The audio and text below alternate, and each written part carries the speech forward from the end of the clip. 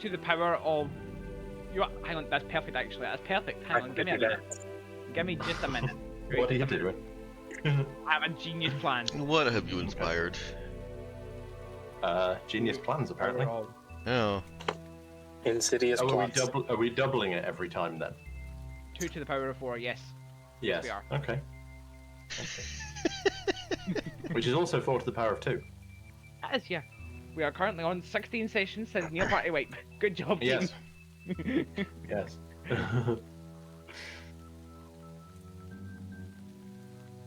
Alright. See, that is the sound of Dex regretting his life choices. Anyways, hi Dex. That was the sound of Dex trying to figure out if that was a yawn or a vocalization. And it ended up being neither, I think. Well, here we are. Last session, we kind of played for time a little bit because Lulu wasn't around and we didn't want to leave Shinobu without being able to interact with the, what you found was apparently an entity possessing somebody here. I haven't actually found the entity yet, but you know where she is and you know where her granddaughter is. Or where its host's granddaughter is. The bulk of that session last time was... Oh wow, it just vacated me. I mean, it didn't just vacate me. Players, what were your highlights from last session?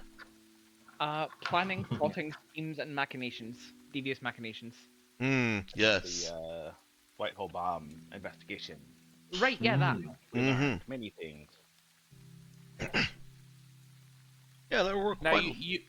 you said it's a it creates an infraspace bridge. What does that exactly mean? Good question, isn't it? I wish we had more questions.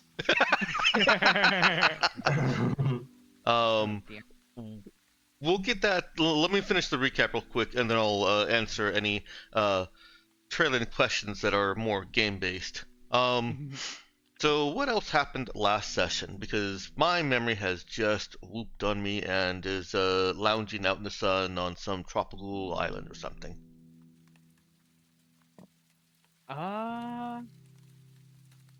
Those were the big things. Mine is away at the bar getting a drink. On that tropical island, I mean.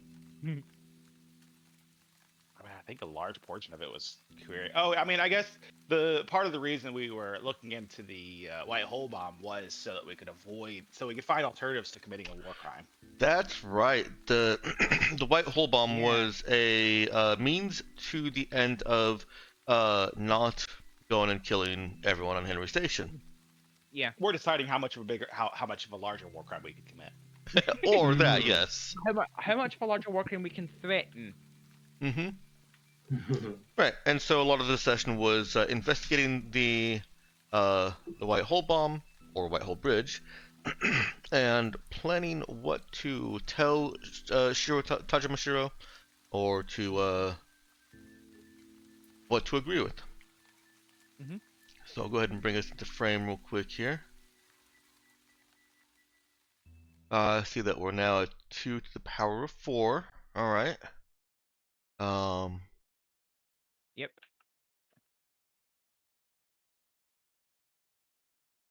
And I think I'm just going to move you straight over to the planning page. So Lulu, that question you had, what exactly does it do? Where is it a portal to? You don't really know. You just know that the one point of the portal is here in real space, and the other is in a space that you don't know. That is not metaspace. We have reason to believe that it's through metaspace. You do have reason to believe that it pierces through metaspace to get to wherever the bridge goes. I see. We've also figured out how to activate it without setting it off. So short version is that if you do the whole activation thing that we did before that sets up a fucktillion ship alerts, that sends out a big metaspace ripple, which like ages all rutters around. Less when they're further away, but it ages all rutters for the area you're in. And that's if you just hold it like that for a while, then it settles down and you can take it apart again safely. If you try and take it apart sooner, then you somewhat destructively open the gate, which is what nearly started the near TPK counter. No, that is exactly what started the near TPK counter. Yeah, it caused the first near TPK. Yeah. Okay. We have Can reason we to believe travel through the portal it creates, I guess. No idea because white hole. Although I have reason to suspect that this may wind up being the most important MacGuffin in the story, because think about it: the condensers are draining energy out of a dimension into metaspace, and here we have found is a way of pulling through extortionate amounts of energy from somewhere else. At the very least, it might be one of the MacGuffins that's actually genuinely necessary to solve whatever this is. Like if we need a mechanism for like how do you pull energy from another dimension, then this is possibly one. Granted, it does mean that I was gonna say if we're able to pull energy from somewhere else, then somewhere else is able to pull energy from us, but they're already doing that.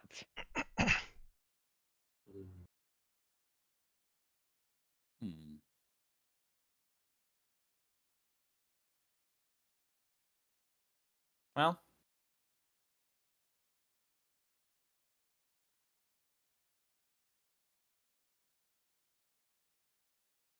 Was there anything to follow the well?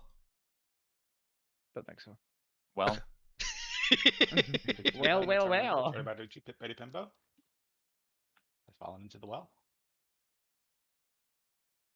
You guys haven't found Lassie yet. You gotta be careful around wells. Oh, right. Yeah, true.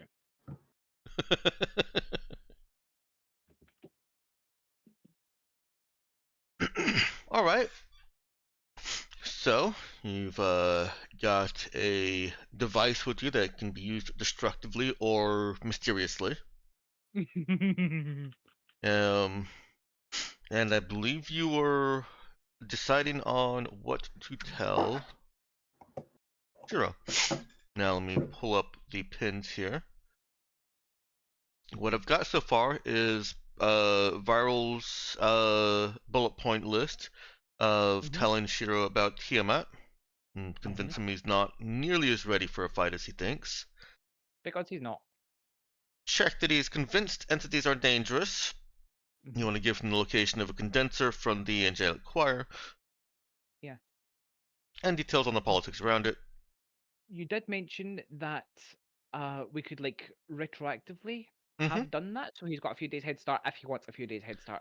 Yeah, if you want to do that, but I can't stress enough to remind you that the condensers are dangerous. Yeah. As in not dangerous to the galaxy, dangerous to the people investigating them. Yeah, we will let him know about that, because why would we not? Okay. And I would like to think that they have enough genre savvy to know that for themselves. They might. If they don't, then honestly, it's probably better off without them. Let's see. You've said that you don't want to go destroy Henry Station. At this time. But instead to find evidence of human trafficking of the Rainalati refugees and get Galactic Mandate involved. I'm not sure what you mean by offering Tiamat as a potential alternative target. Are you offering to go blow up Tiamat for him? We're offering to fuck with Tiamat instead of fuck with Henry Station. Okay.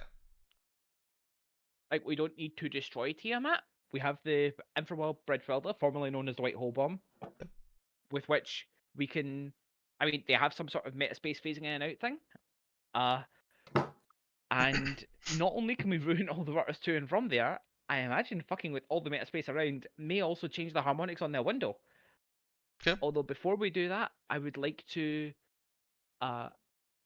us to have fixed the infradrive so we can study it and see whether we think an infradrive jump will care about metaspace distortions or indeed the barrier effect around Tiamat.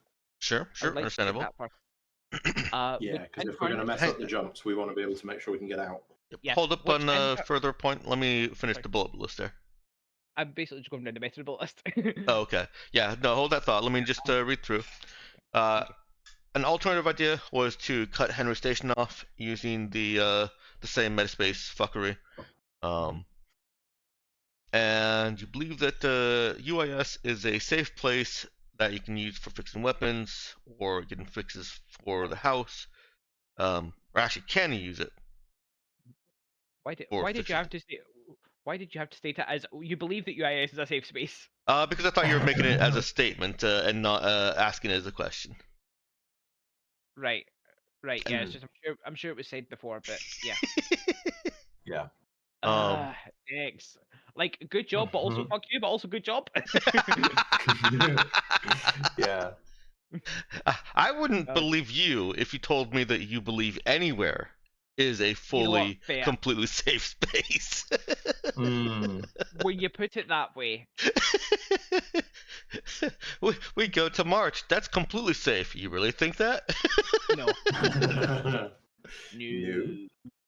Not at all. No. And then there's your final bullet point of looking into whether the infodrive cares about that metaspace distortion. Now, yeah, that's a bullet point list that you've already presented. Did you have other comments you wanted to make on it? Yeah, before we do Tiamat, I would like to get the infodrive fixed. Before we get the infodrive fixed, I would like to get the weapons sorted out. Which we probably want to coincide with when we. That's the thing, actually. We probably want that to coincide with when we go and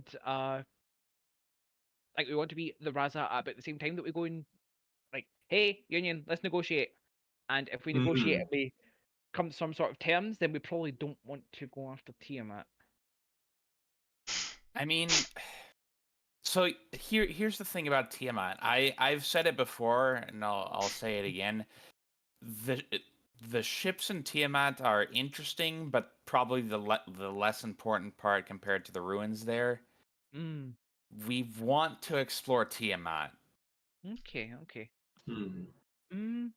I mean, if the infodrive can get us out, it can get us back in.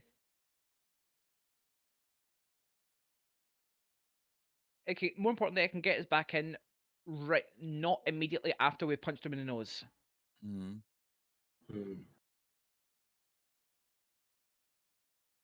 But yeah, I'll be real with you. I'm thinking more about the geopolitics of this than the exploration side of it. Yeah. Which I think is not unreasonable, given that we're in a very geopolitics situation right now.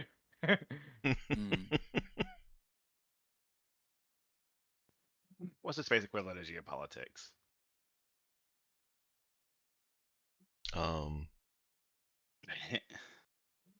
Galactopolitics?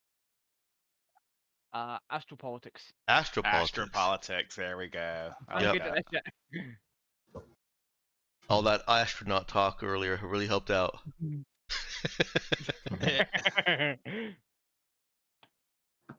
the dead guy a country or a planet? Okay, so did you want to continue?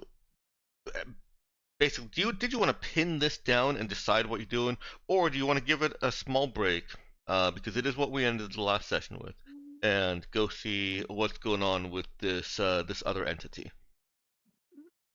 The proto-bonded. Proto-bonded, as yes. I think everyone seems make quite it a happy thing. with this plan. Go on. Okay, make it a thing. Yeah, I think everyone seemed pretty happy with this plan, and also Lulu, who was not here, is okay with the plan. However, I feel like when we do this, stuff is going to start moving fast. So we'll do the proto-bonded thing first. Okay. And by we, I mean you, because he wasn't there. Yeah. Entertain us. Hope you're ready and awake, Lulu, because you're in the spotlight. Okay. Let me turn on some music for you.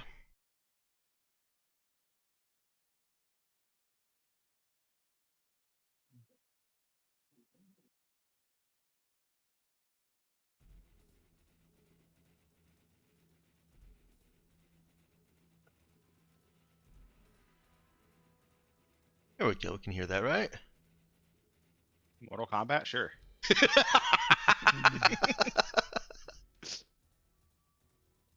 There we go. Oh, there we go. Yeah.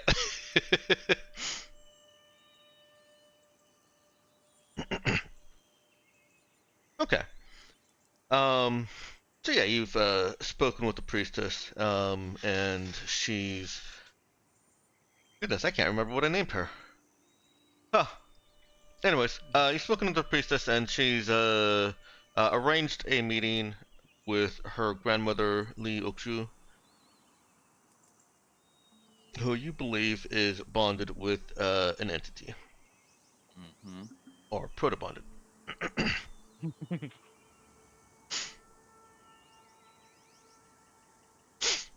Pardon.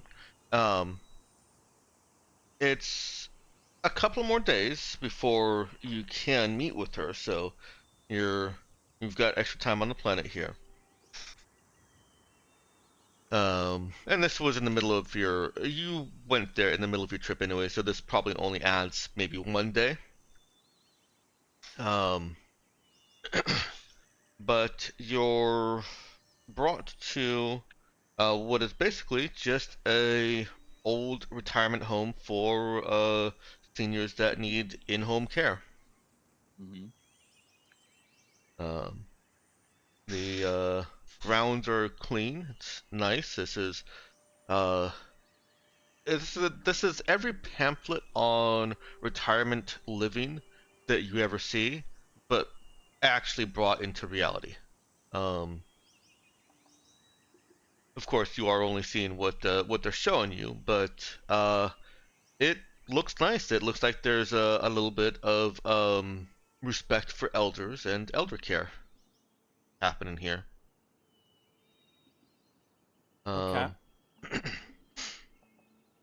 And a very old lady is wheeled out into a garden kind of lobby area for you. Outdoor lobby, I should say. So I guess not really a lobby. The waiting area is outdoors, amid walled-off fountains. And by walled off, I don't mean like, big old stone wall. I just mean there's guardrails to prevent anybody from falling over, and there's attendant staff around anyways. But it's a nice open air garden, with ponds.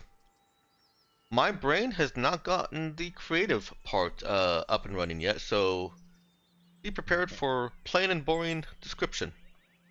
Old lady comes out. Perfectly fine. It's perfectly fine. Yeah, I'll give her a little bow and greeting. Yeah. And as to be expected, crew does recognize that yes, she is possessed by a Vega. But does our infra scanner concur? Yes, it does. This would be weird if it didn't. It would be weird, yeah. Let's say, I assume I would have brought some people along with me for this. Yeah, I imagine. I'm gonna move you over to a ship page so you can decide who's going with. Well, I think Doug and Das were with you at the little ritual thing, right? I believe Das went along because we worked out that she's basically guaranteed to be able to read the scanner. Yeah. And everyone else is going to have to make a really hard check to do it. So. Right. Yeah. I'm going to bring along Asta for this as well, so long as she promises not to freak out. What's the visitor limit? That is a good question because they're Surely they don't just let 5 people walk in to see person. We'll say that initially there's a limit, but then if desired, you can go to you can actually meet somewhere else. I don't want to exclude anybody from who wants to be there, But it does make sense that they don't like just they have a room for larger visits or like common areas. yeah. They probably have a room for if a whole family goes to visit. It's fine. Yeah, kind of what I'm thinking there. All right, so for the initial greeting, we'll just say that it's Virgilia and whoever's at the top of this garden box. And then everybody who's in the squares below it can catch up in the actual meeting room. Okay.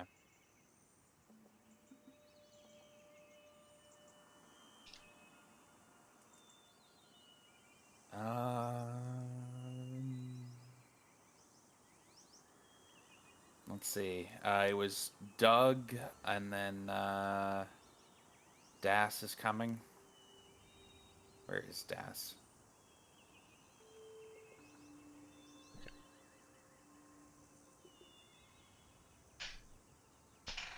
Ooh.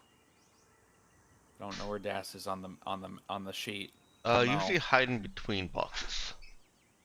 Okay. Yeah, probably boxes. But food is all the way in his. Okay, a little bit. There we go. Among us. If you were speaking to us, Inja, you were very far away.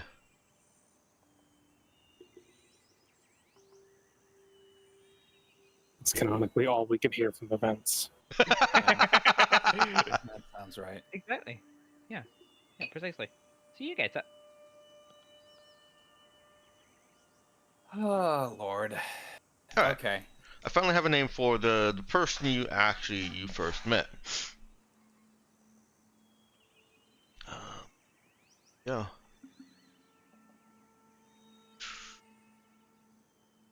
And I just lost it. There we go. Oh, sorry, I was mostly AFK, All right. No worries. but I'm back now. Good food.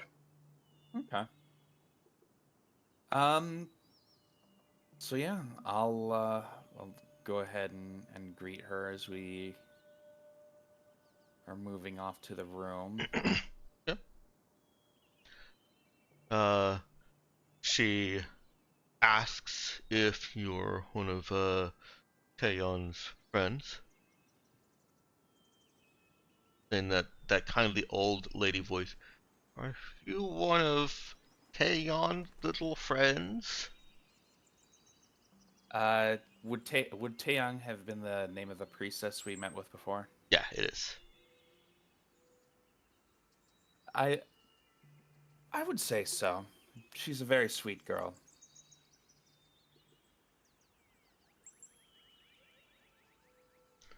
Oh, that's nice. I'm glad she has friends. And the rest of the conversation, before we get into the meeting room, goes about like that.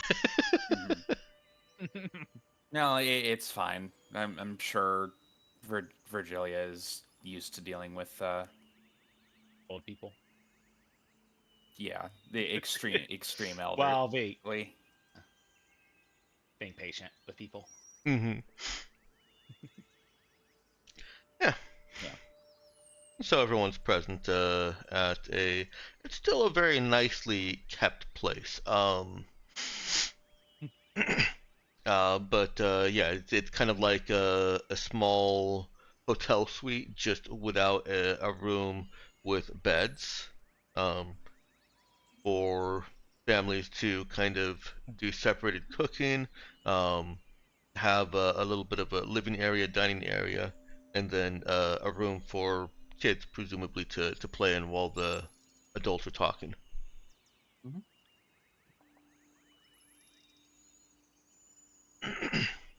She's wheeled over to a comfortable-looking rocking chair and promptly begins rocking in it. Padded, more like a lazy boy than a rocking chair. Yeah. Sci-fi rocking chair. What's that? It's sci-fi rocking chair. Yeah.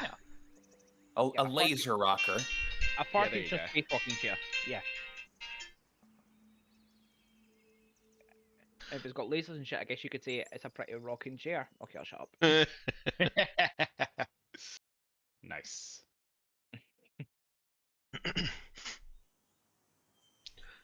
um, there's not much else to tell you about what Virgilia and crew sense here. Just yeah, Vega, and I suppose I could let you roll. Go ahead and roll a notice check with wisdom. Okay. Yeah, because if crew can sense them, then presumably they can sense crew.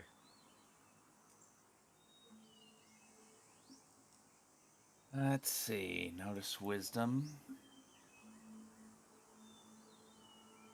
What a lame way to notice people. You should use charisma for it more.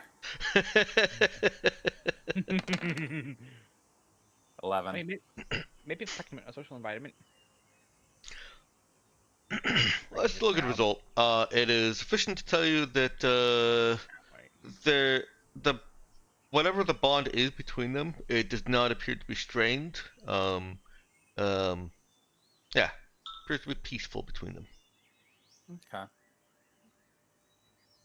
And she, once settled in and the attendant leaves you to your own devices, she goes on with some kind of small talking questions like, how do you know my Taeyeon? Um, grandmotherly things. Yeah. Um, it had an opportunity to meet her at the shrine, of course. Be it a shrine or retreat or whatever. I'd call it a shrine.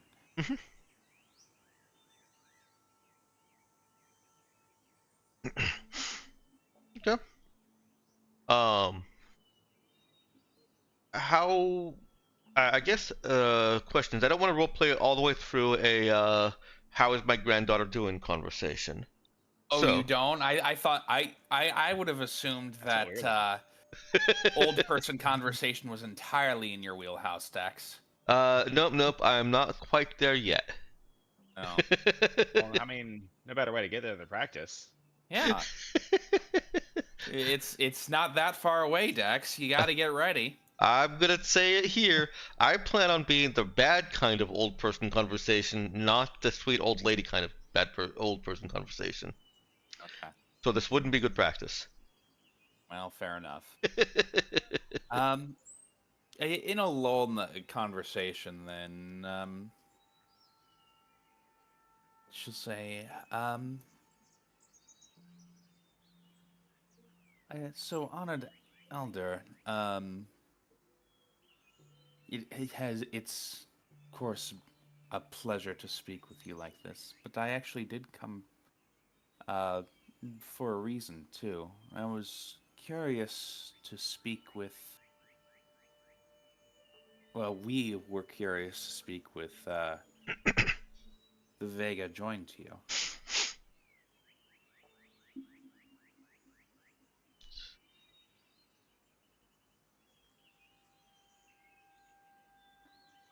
Um, the Vega? The spirit. Oh, you must mean Sunny. Likely so. Uh, Huh. First one I met without 3 letters for its name. True. I mean, maybe they're more naturalized. Not true. You met Tar, who had 2 R's instead of 1. Ooh.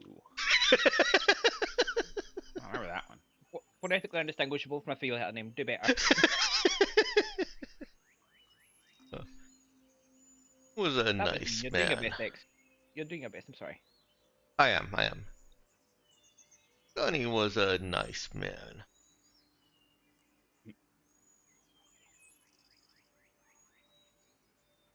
Wait. Was? Uh-huh. Would you tell me more about them? Sorry, that was meant to be yes. Yeah. I got that. V's just kind of rolling with it right now. Well, That'll shut his mouth. yes. Siona Tufle, I remember his name well. Kind, dying Kosani man. And if she's not interrupted, she will tell you the story of how she met a dying Kusani man decades ago, many decades ago, who had visited, who had actually left Kos and wanted to follow his heart and travel the stars. No, yeah, that's not what I expected either. If it's a Kosani, that implies the Vega did not get in through the cracks here, but traveled from Kos and bound itself to her. Not impossible, but weird.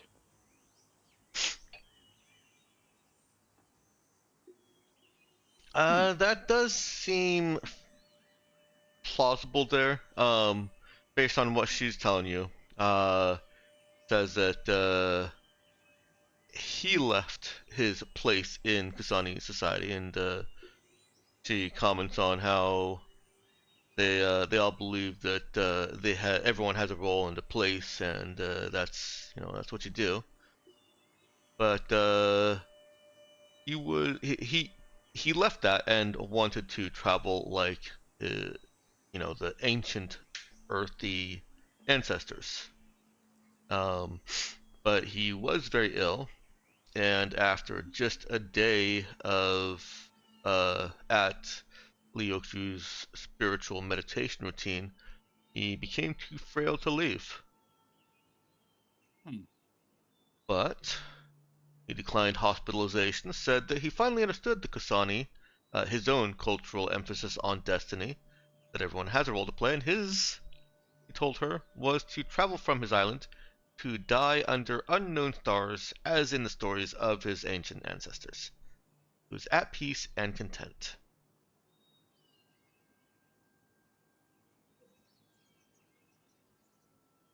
So this also does. This story does sound to me like she might not even be aware that she's bonded. That Which is. I was. Go ahead. No, which I was not aware was even a possibility. To be fair, that's also something that Virgilia would not know. Because she's only had the one experience. Right. However, if you continue prodding through this conversation and don't just kind of cut it off and say, hey, this isn't what we expected, bye. He is not Jai. She's letting it continue. And I wasn't even referencing Jai, but you're absolutely right. That's what people might have done. yeah. She does say something that starts to congeal that thought you were just having. She didn't have him removed. She basically let him die there. Says because she'd come to appreciate him and his stories. They traded spiritual stories for 4 more days before he breathed his last.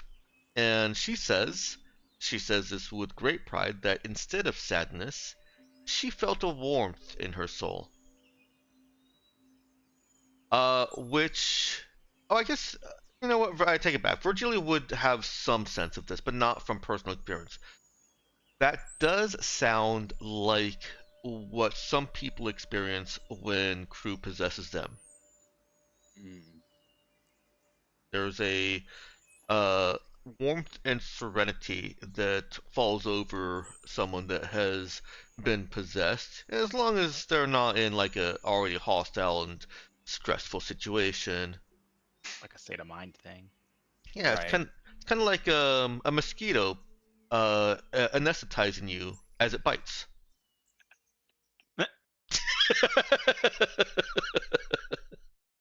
Technology. That's a fun comparison. And, you could say, then Elder, that the Kosani left a part of themselves with you. She yeah. She looks at Virgilio with old scrutinous eyes. Mm. Can't see as well anymore. Used to be able to pick out the skeptics from the believers. I'm going to go ahead and offer her my hand. She'll take it after a moment. All right. I'm going to also take Ass's hand here, and I'm going to activate Mind Link. Oh. Mm. I'm gonna post that to remind me what I wrote.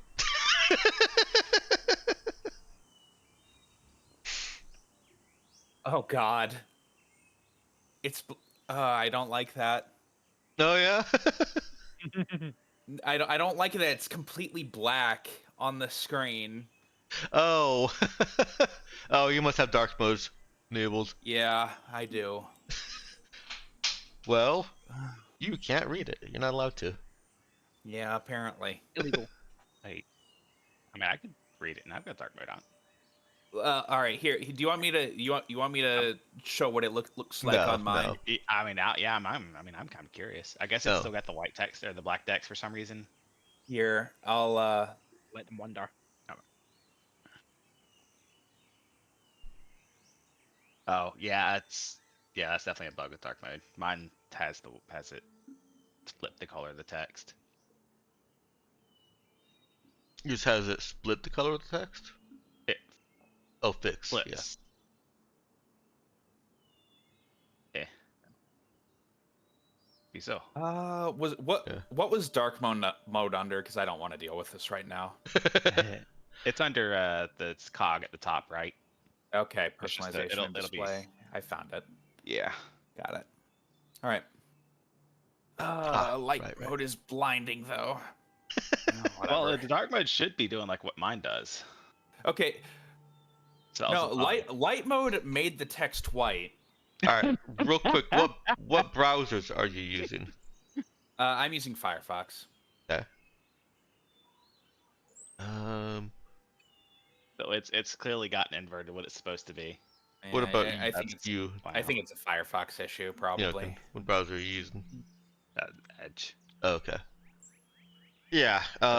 It's probably some. I'm guessing there's probably like something in the cache. Like I bet you if you clear like the cache or something like that, it might fix it. Yeah, probably. I'll deal with it later though. All right. So, yeah, yeah, Mind reminded. Link.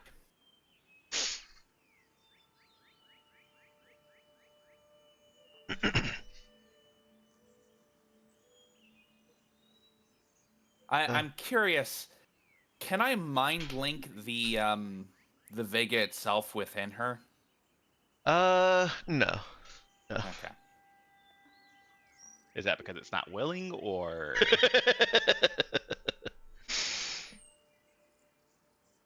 I would say because it doesn't need to be. Okay. It's already bonded through her neural processes, and it's already going to observe anything that she gets from this communication. It's probably not going. This isn't a way to allow Vega to directly communicate, so it wouldn't allow them to do that. But it will see everything that she sees and hears. I also figure a direct mind connection might make it a little bit easier for her for this old lady to communicate properly. It absolutely is. And you can tell that there's a little bit of a comforting effect from the Vega possessing her. that she doesn't like falter or hesitate about this. She seems relaxed here. There's a moment of what's going on, just as if as if you were to suddenly start speaking telepathically to her. Mm-hmm. It is a reality in this setting, so it's not something that people would say that's impossible, but it would still be startling. And she has that brief moment, and then uh, seems to be soothed by the Vega, um, and kind of peeks around mentally at the edges of this. Okay.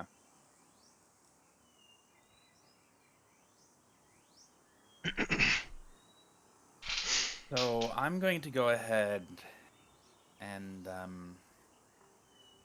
I guess explain a couple of things.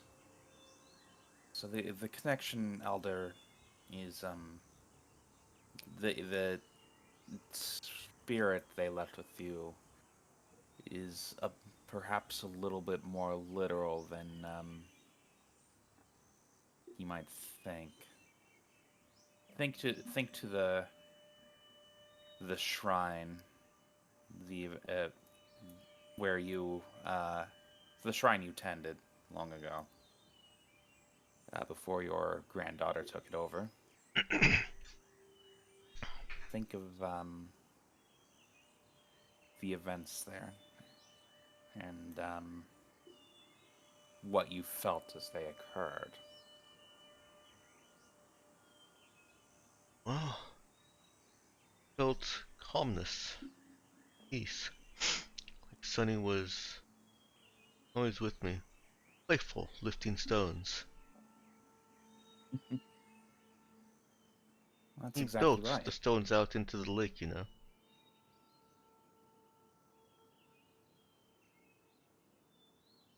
I do. You seem perceptive. I thought you might have seen that.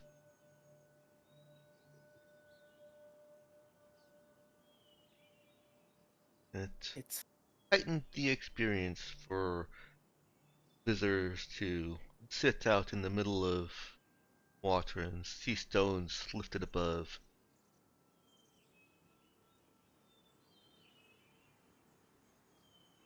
it's certainly well, it's certainly a spiritual experience. I It's did.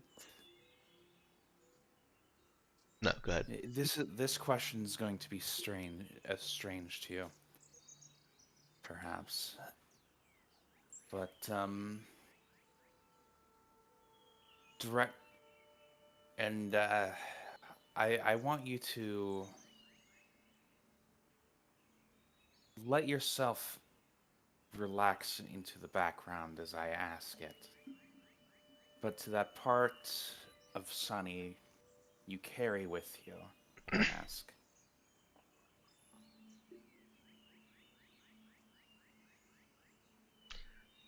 What was the last word of that? Why? Oh, go ahead.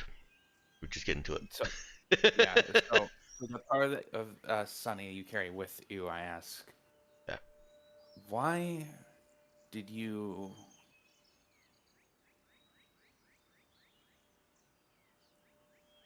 Why did you choose to be carried here? And why have you remained so subtle for so long? Oh, Eerie. Spirits are always subtle. It's clearly still her speaking. Well, They're always around us, every day. Takes a keen eye and open mind Doug's just to gonna see look them. at the Everworld detector, like, mm. I mean, I don't know. Is there more stuff going around right now? No. Yeah. There's not. Okay. That just seems weird for to like lay low like that, huh? I mean, I guess not that weird, but You've not yet awfully passive. coaxed. Yeah, you've not yet coaxed the Vega to directly answer. Mm-hmm. Hmm. Oh, I'm just gonna like, yeah, it's Das there. I was just like, you sure that thing's working?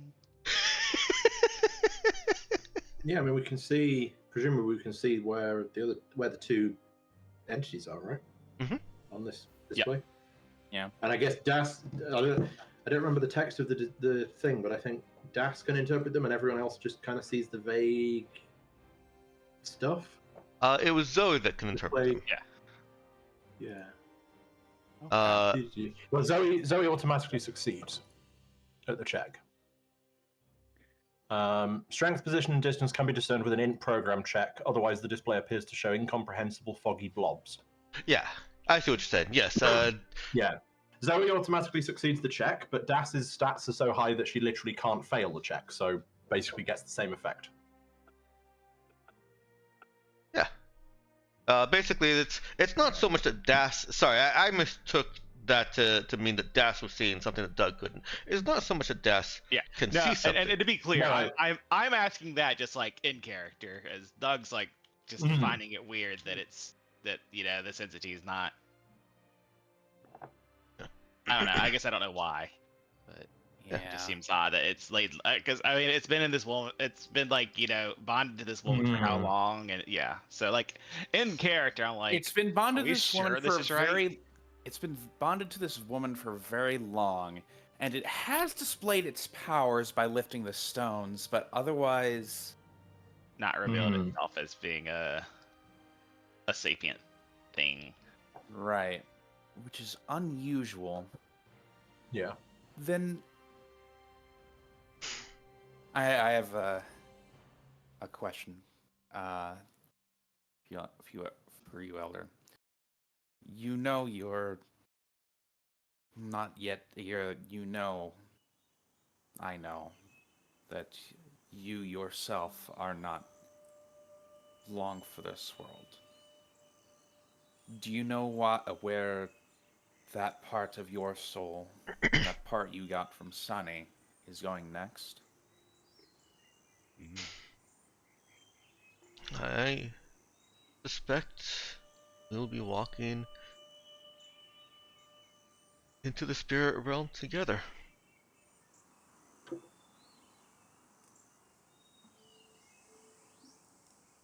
Now, that is a more of a cultural reference than a entity reference. It is just another way of saying that yeah, she's gonna die. The Shinobu aren't terribly well, they're not superstitious. They the actual like residents Shinobi here probably don't even believe that there are spirits causing the rock to lift. Although beliefs will vary. I guess the point I make is that the Shinobu do not hold the same like ancient beliefs in actual living spirits across the whole of the culture. Um, there certainly will be some that do believe that, but the language still kind of is littered with some of those old remnants, such as, you know, walking with the spirits as a euphemism for, yeah, I'm gonna die. The idioms. Idioms, that's what I'm looking for. Yes, not euphemisms. That's something different. Yeah. I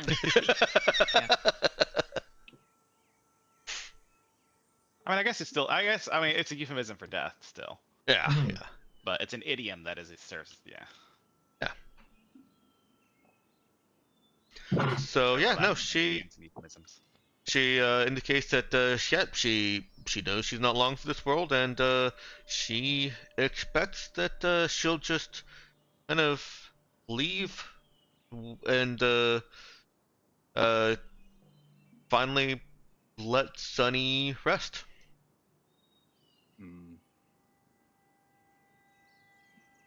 I'm trying to think of a way to coax the the actual spirit into speaking, or the Vega.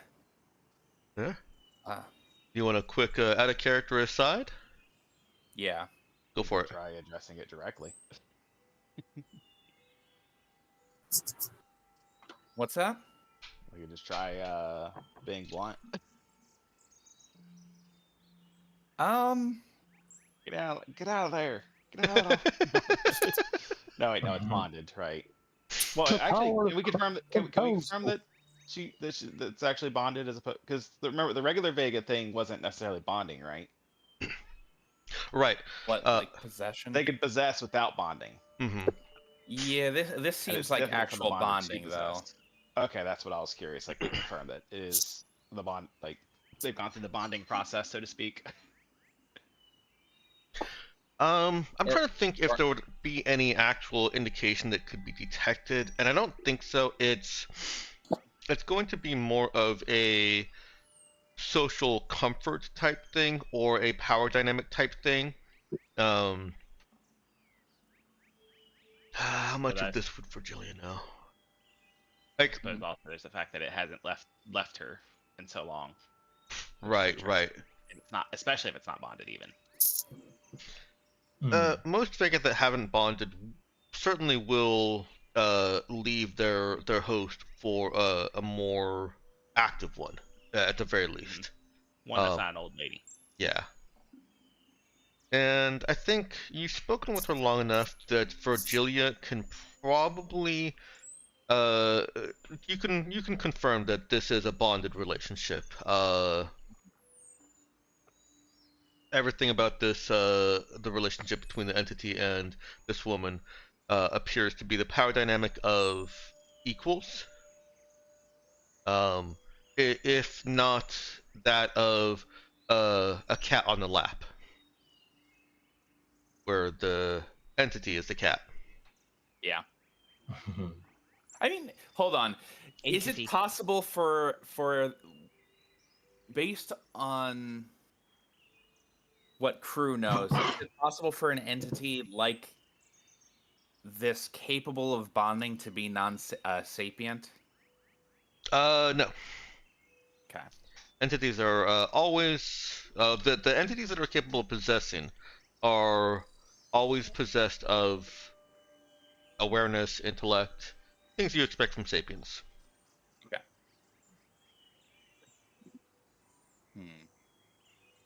Specifically, they are the Vega, which are a type of entity from the infraworld. Right. I don't think we've encountered other types of entities in this campaign, in this one yet, have we? Not in this campaign, no. You've got information on them from the Angelic Choir Raza, Cycle 2 Raza info. Okay. The smoke entities, the entities that are just little black balls of smoke that consume things.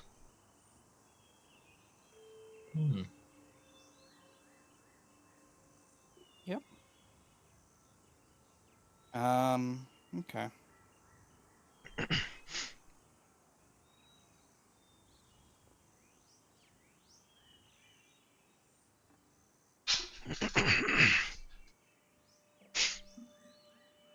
Let's see.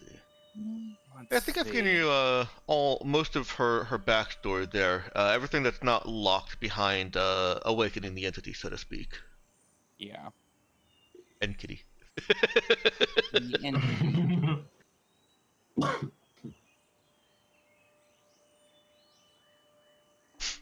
How And to awaken? oh, go ahead, Lulu. Oh, I'm still thinking on how to properly awaken it. Okay. Then I'm also gonna address Meowkin's concern there. Why don't you go ahead and roll?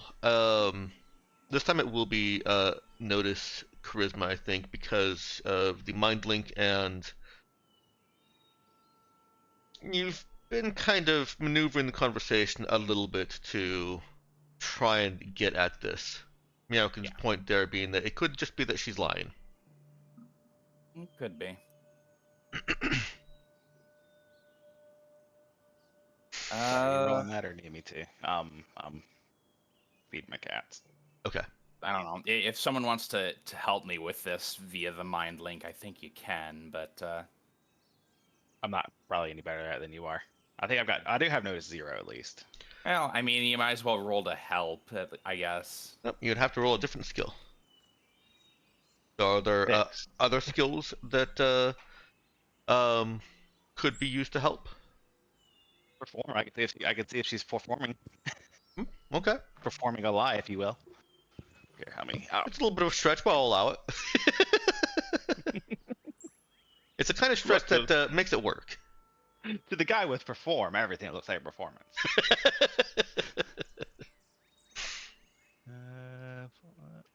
Charisma still? Yeah, I think so. I'm okay with that. Yeah, I won't fuss too much. It's ooh. All right. Need my help, huh? Yeah. Well, your help turned it into a 16, so for whatever that's worth. But We that can now also tell whether the entity's lying. I can see all of space and time.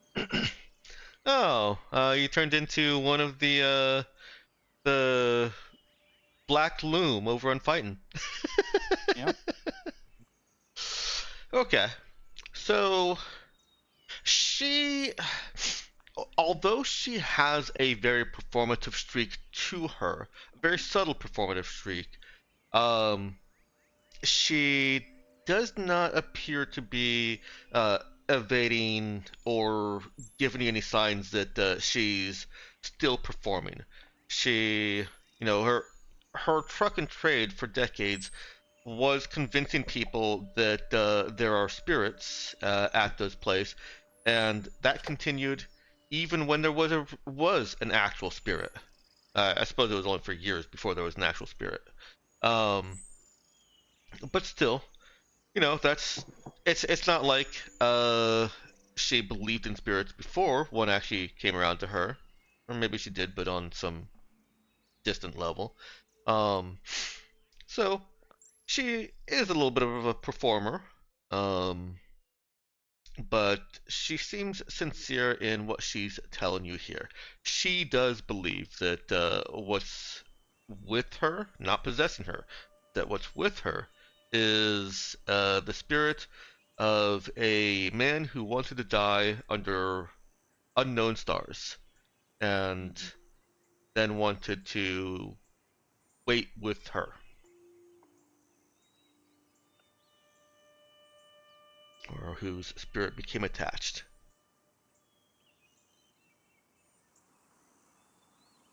And there are grains of truth in there that she doesn't realize as well. Right. Ah, Oh, that's what the 16 does. It gives the universal truth that even she doesn't know. so how to get that spirit speaking? So let's try this first. In truth, I suppose I'm similar to you in that I do carry another spirit with me, though in many ways it's far older. It's a spirit carried by my own mother and hers before her for centuries, millennia.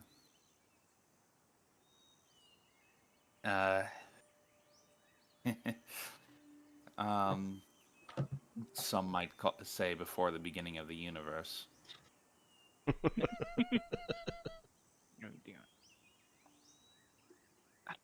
I'm going to go ahead and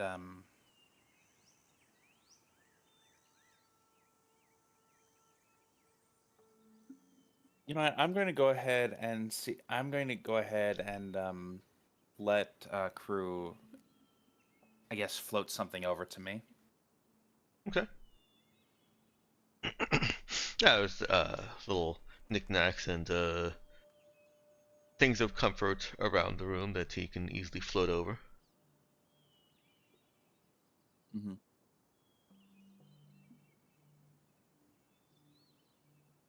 That does So not yeah, provoke a response, though. yeah. Yes, I do I do fully believe that when you say this spirit came to join you, I do fully believe it.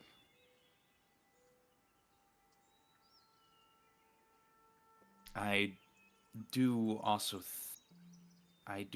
feel that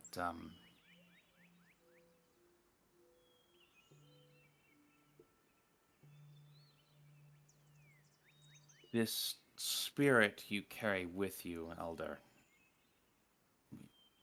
is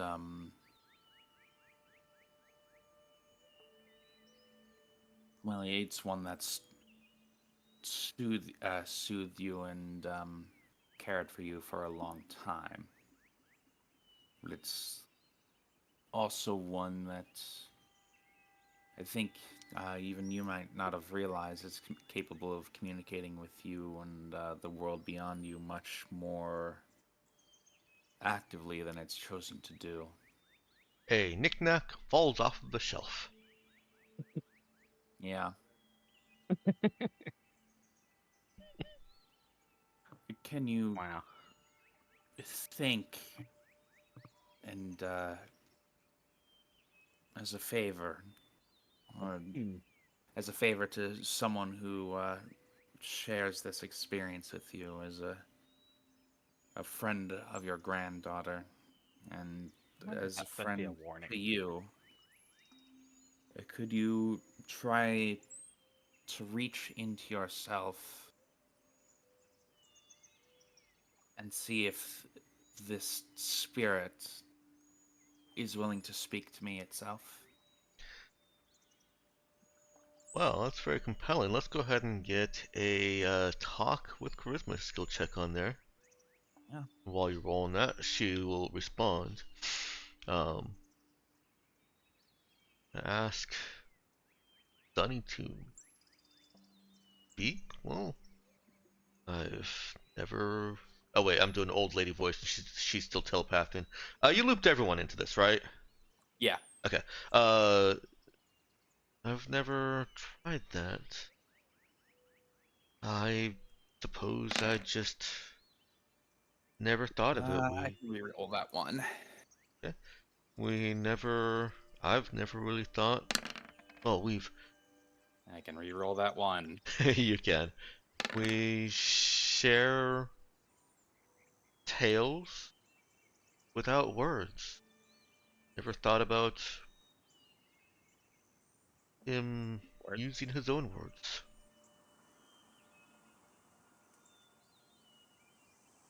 It'll be in 11, unless anyone's helping me with it. Does anyone have the frame of mind right now to try and help Virgilia with where she's going?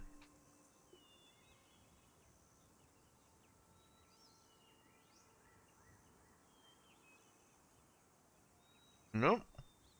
I do not. Doesn't sound like it. Wouldn't know where to start. Well, it was worth a try. I think if this doesn't work, I have nowhere else to go with this. No, so. a 10 is enough anyways. Okay. She stops rocking a little bit and settles back. And she gets a little bit more performative here.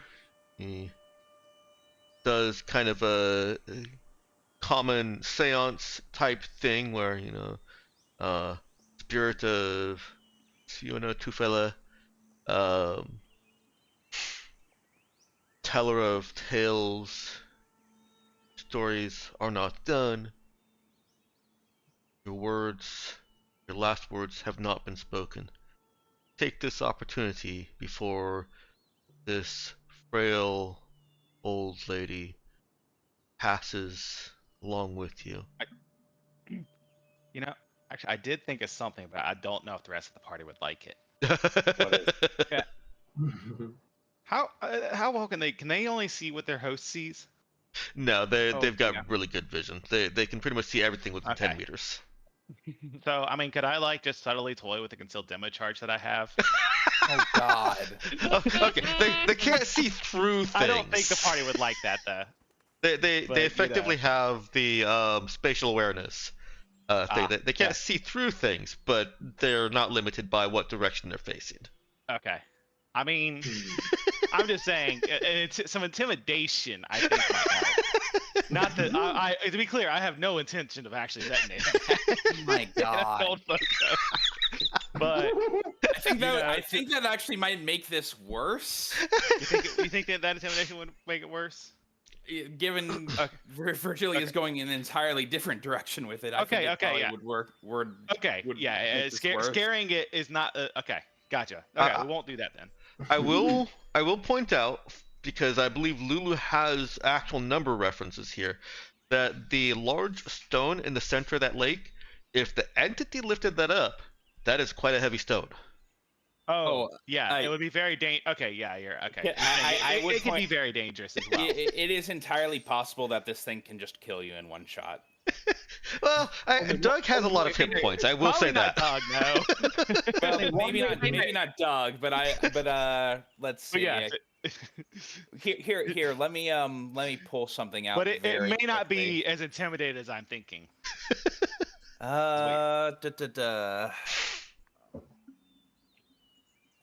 He can blow a hole in you for possibly 10d10 damage. Yeah. Yeah, I might survive it. Yeah.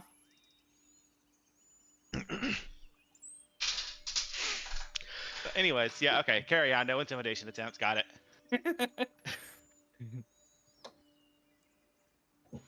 It is only 1d6, 1d6 per level for humans. 10d6. I'm sorry. Yeah. If Doug turned himself into a structure, it would be 10d10. I'm almost guaranteed to survive 10d6.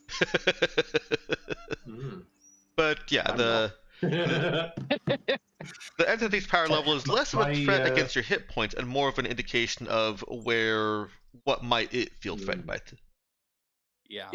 What were you saying, Kinja? My hit points are exactly average for 10d6. So exactly average 10d6 damage will kill you. Yes. Nice.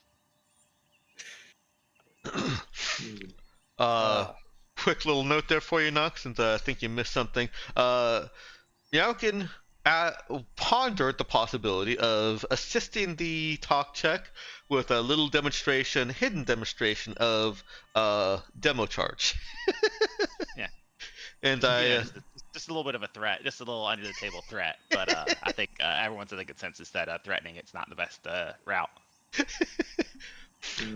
Your characters do also have some experience with entities believing that they are far more powerful than they might actually be. Remember that on the Foreign Spirit, I believe that one was Tour. I've forgotten all their names. Some 3-level name. Yeah. Didn't actually feel threatened by you guys until you managed to separate it briefly by 10 meters from anyone else. Yeah, I remember that. So, does Doug threaten? No. It sounds like people are not of a mind to threaten the entity. Okay. But sorry, it doesn't explain my logic there. Is I feel like the knick-knack getting knocked off the shelf was that entity trying to warn us against making her aware of its sapience. That's the way I interpreted that. So that's kind of why my mind probably went to intimidation. Yeah. So, anyways, carry on. I don't think we're judging you. I think it's funny. Yeah. So she finishes her little seance speech. It's more for show. Well, I guess it's not just for show. She carries some sincerity into the words, but the words themselves are rhymed and paced for show. And between the coaxing from Virgilia, obviously if crew can see the Vega and her, then it's a reasonable assumption that the Vega and her can see crew. Hmm. And her own invitation. You see her stiffen just that very slightest. The stiffening, the same level of stiffening as Virgilia experiences when crew takes over. Very gentle and non-stressful in any way.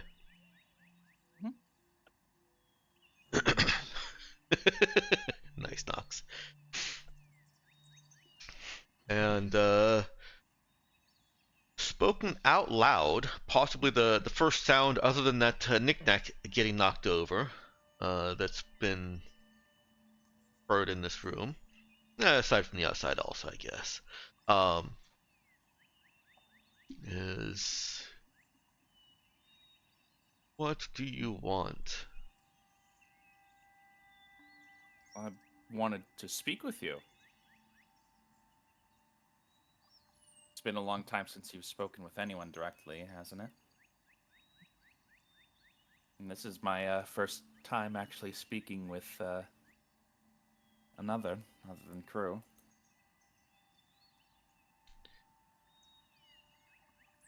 Why?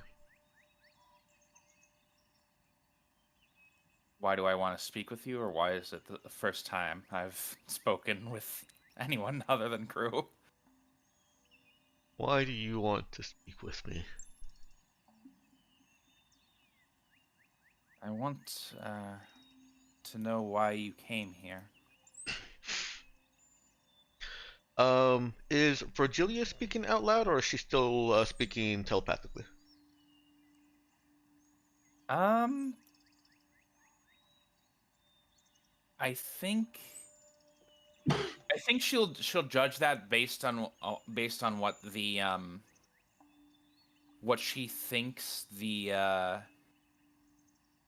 Vega wants. So if I can maybe roll like a charisma notice check or something to gauge its emotional state or something. Yeah, go ahead. Okay.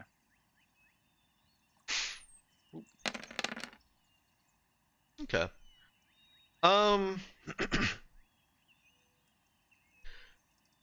Huh. Would there be any difference between them for the Vega?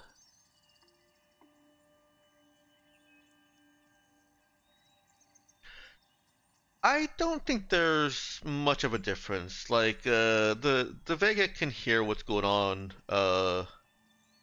around the host just fine. The Vega can um yeah, the Vega has visual and aural senses outside of its host, even when its host is asleep or unconscious. Um, Within that Right. 10-meter sphere, it basically sees the sound and all that. It doesn't actually hear the sound. It sees all the sound and all that and interprets it just like a human does, with all of our brain fuckery. Okay. You know what? Actually, that's it. I think it's probably easier for it to see things like that, physically, than as interpreted through a human brain, which then it interprets. Although all of that stuff gets weird too. But it's just it's more natural to see it in the real Okay. space. So it's easier for it to if I speak aloud. It is, yeah. Okay, I'll speak aloud then. Okay. Um, and what was the last thing that you said there? You. I guess. Let's see. I think I asked why it decided to Yes. come to this place. Yeah.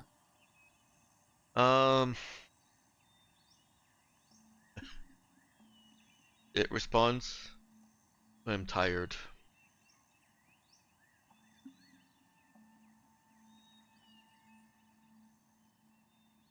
Tired? Decades and centuries of the black ships are coming. This is tiresome.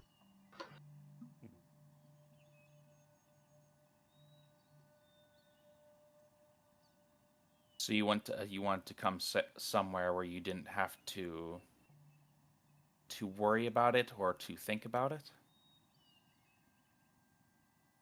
I planned travel, see what other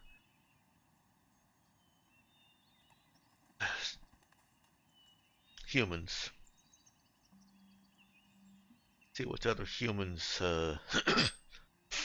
enjoy, instead of always driving one and another. And I came to peace with Lee Ok-Joo here. My time before Ok-Joo was as a villain.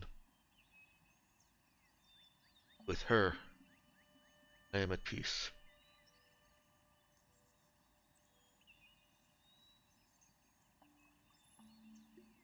And this comes from Lee Ok-Joo this time. A little smile says, I always knew you were something different. Sent from the gods, I thought.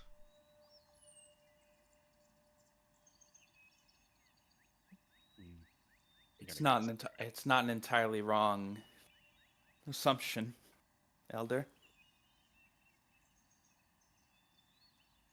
Entirely. The entity Understand. introduces himself as Mir, M-I-R. Mir. Okay.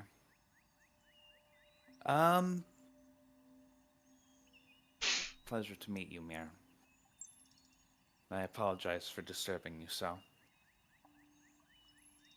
We are not long for this world. When her flames flicker out, we will join the stars. Now, hold on. Dex, asking you. Hmm? When the host dies, the entity is trapped in them unless they find another host, correct? They don't fade into the intra.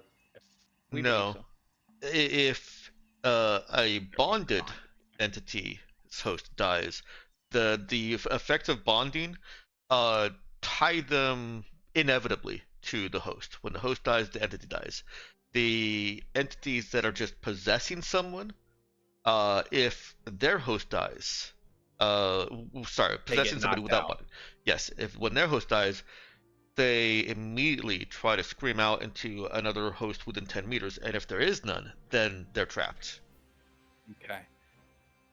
And him saying that is absolute 100% certainty that yes, they're bonded. Okay. But him saying he'll fade to join the stars is factually wrong. He'll just be trapped in her corpse, effectively. No. Nah, he'll presumably return to Emperor World. He's gonna die. Or He's not even gonna be trapped in her body. He's literally going to cease to exist once she ceases to exist. Hold on. Sorry, I'm a little confused now. So normally when a host dies, the Vega bonded to them is trapped, correct? I think the confusion is created by you using the word bonded right there. There's two levels of possession. One is just a free-floating Vega possesses somebody.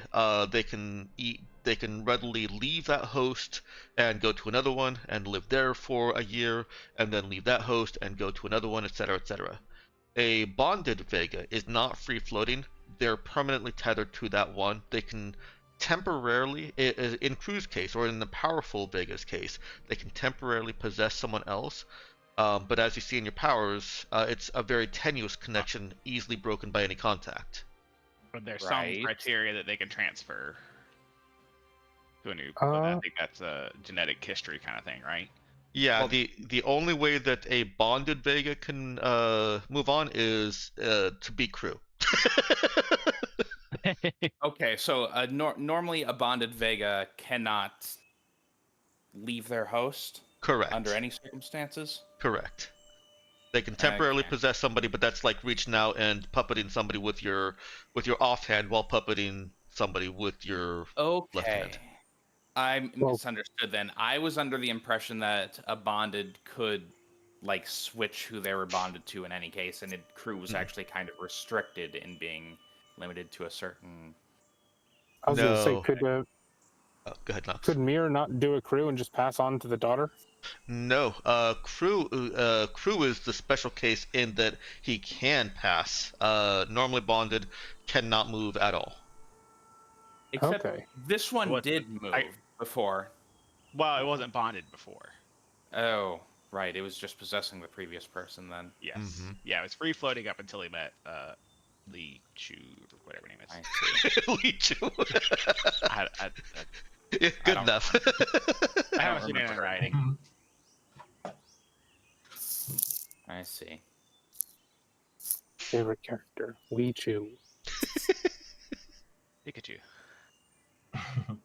Oh no, her name is almost Pikachu. Pikachu. We immediately get taken down Okay, by I wasn't that copyright far off. strike. Now was I? No, you weren't. I just missed one syllable. And that one syllable is closer to Pikachu. Nintendo sends the Japanese Pinkertons. Oh no! Ooh, you got a lawsuit coming. Yeah. I forgive me for asking then, but do you know shoot. Dex, I can't remember what the exact faction names for the different Vega were. Well, the only, let's see. So in this campaign, you've got the Iden are what the Moo Council named friendly possessing Vega. Vega are the race name essentially. Right. There are other factions on other planets, but they're localized to those planets. The Angelic Choir appears to be a faction on Kos, according to your data. The Impatient on Phaeton are fighting the, well, not majority possessed, but are fighting the Vega possessed government of Phaeton. Right. But the black ships are a consistent thing. The black ships are a that's- consistent thing for the Vega lore, yes. Right. And that to me suggests a broader Vega faction because this one mentioned it. Is that the case? The black ships seem more referential to Vega as a whole, whereas the factions that you've encountered out in real space are split-offs from that. And I will say this one being from Coast suggests to me that maybe that's something we don't know about the Angelic Choir entities.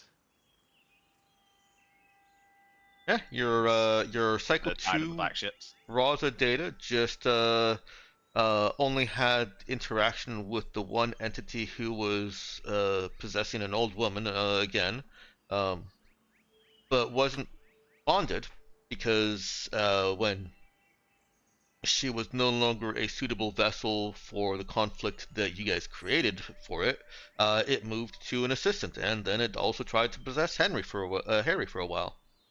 Yeah, I remember that. I remember we kept shooting it with lasers. You kept shooting it with lasers and saying, no, bad, as if you had a water bottle. Basically. Spraying a cat. Yep. And Charlie. Wow. Oh, God.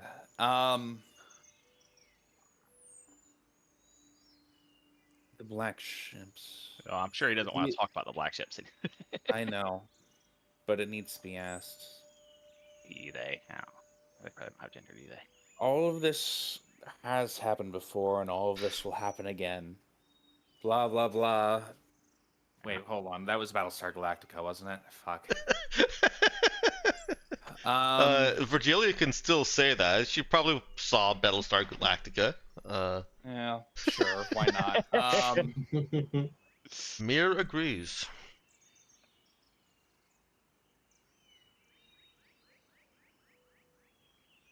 Forgive me for asking, but I need to know. Do you remember what the plans were for the rest of our fellows on Kos. Do you The remember what angelic, they intended? the The angelic angelic choir tries to be a benevolent shepherd. But the black ships, the expectation of the black ships, there was talk of preparing people. I did not want to be a part of that anymore.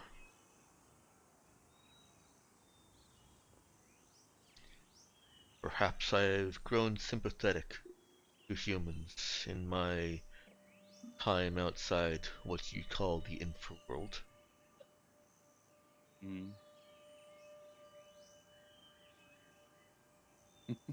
And Virgilia is in kind of a unique position here because entities or Vega don't typically know or believe that they are being influenced by their human hosts. It's their memory is rewritten to believe that that's how they've always been, that nothing has changed. Mm-hmm. They are self-revisionist historians.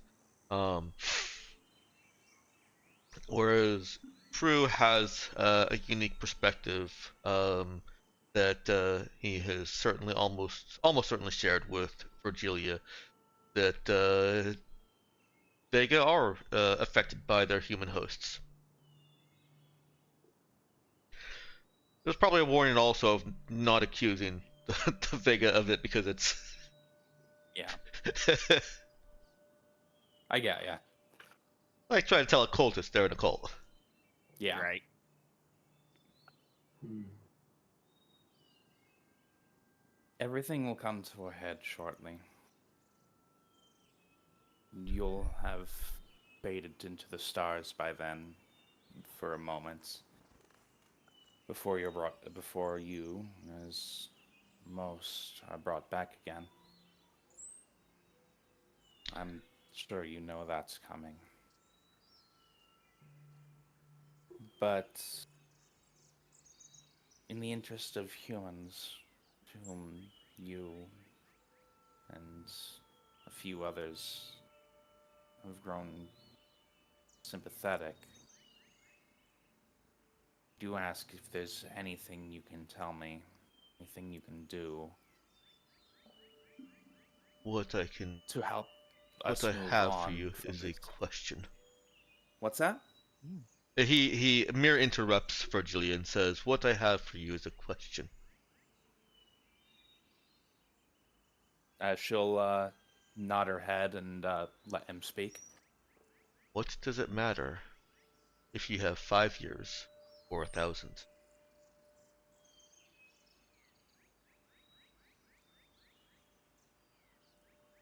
What does it matter if I have 5 years or 1,000? Uh, hmm. Actually, I'm trying to parse what he's trying to get at here. Is he just saying it doesn't matter if things come to an end and things are set? Um, I'll let you out of You know what? character. Here's what I'm going to say. Okay. To us ourselves, yeah, it doesn't. But people are meant to come after us. If we say it doesn't matter, doesn't that deny them what they should receive? If you wish to ask that question, uh, ask ask your host if those 1,000 years matter to her granddaughter or her granddaughter's granddaughter. Because the 5 years might not affect her, but those who come after, the 1,000 years affects them quite a bit. This is Lee Ok-Joo responding, and she does say, "I want my granddaughter to live a full life, Sonny."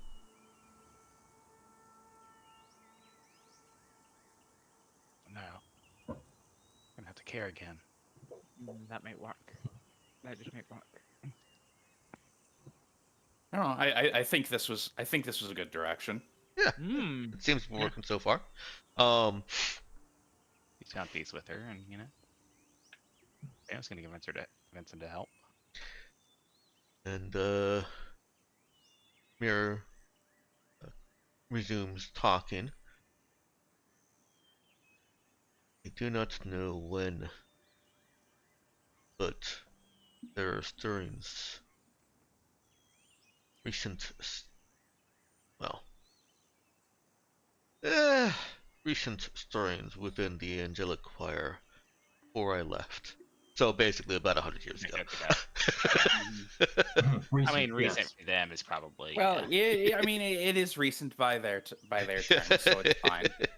Yeah. That Vega have advanced the. Let's see. Hang on. How is this going to be worded? I'm gonna take a step out of the voice for a minute. Okay. He says that Vega have what's a good word for escalated? Increased, incremented. That kind of word. Advanced. What's that? Advanced. Advanced. Wow, my brain is going so fast. Yes, advanced. Have advanced the the mandate of what must be done. And here, Cycle 2 players will recognize a familiar refrain. Mir gives the sense of the Vega that are doing this are doing it because it is what must be done.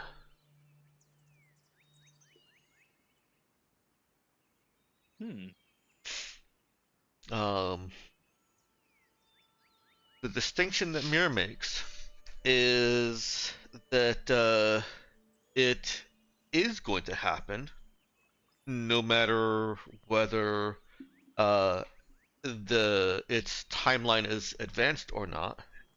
And so that is one of the causes for his separation was that it was, in addition to being tired of the frequent coming soon, he stopped believing that that coming soon should be made sooner.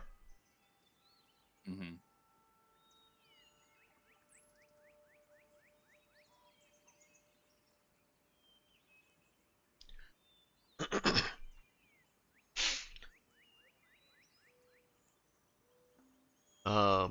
Does that give you information or just more questions? I think it's mostly more questions. Sorry, I heard.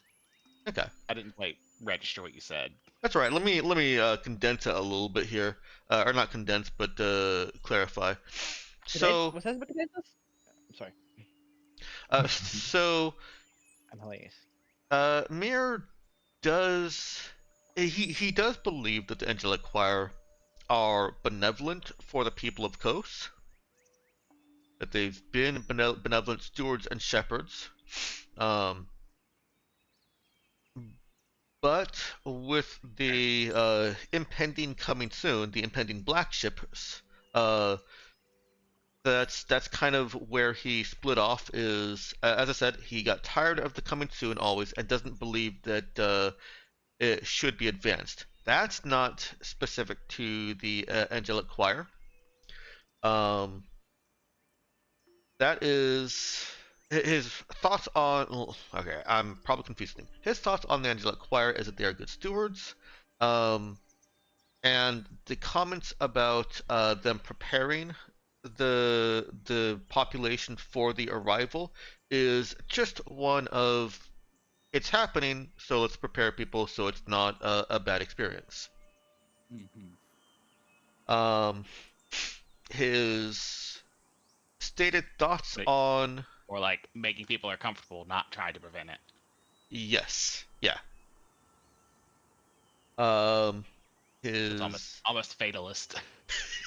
Well, I don't know if that's fatalist or if they're just like, hey, let's just pave the way for this. well, it's neither to him because yeah. it is what must be done. Is there any way persuade them that they need not hasten so into, I won't say oblivion, but the hasten into That's why the an condensers. ending?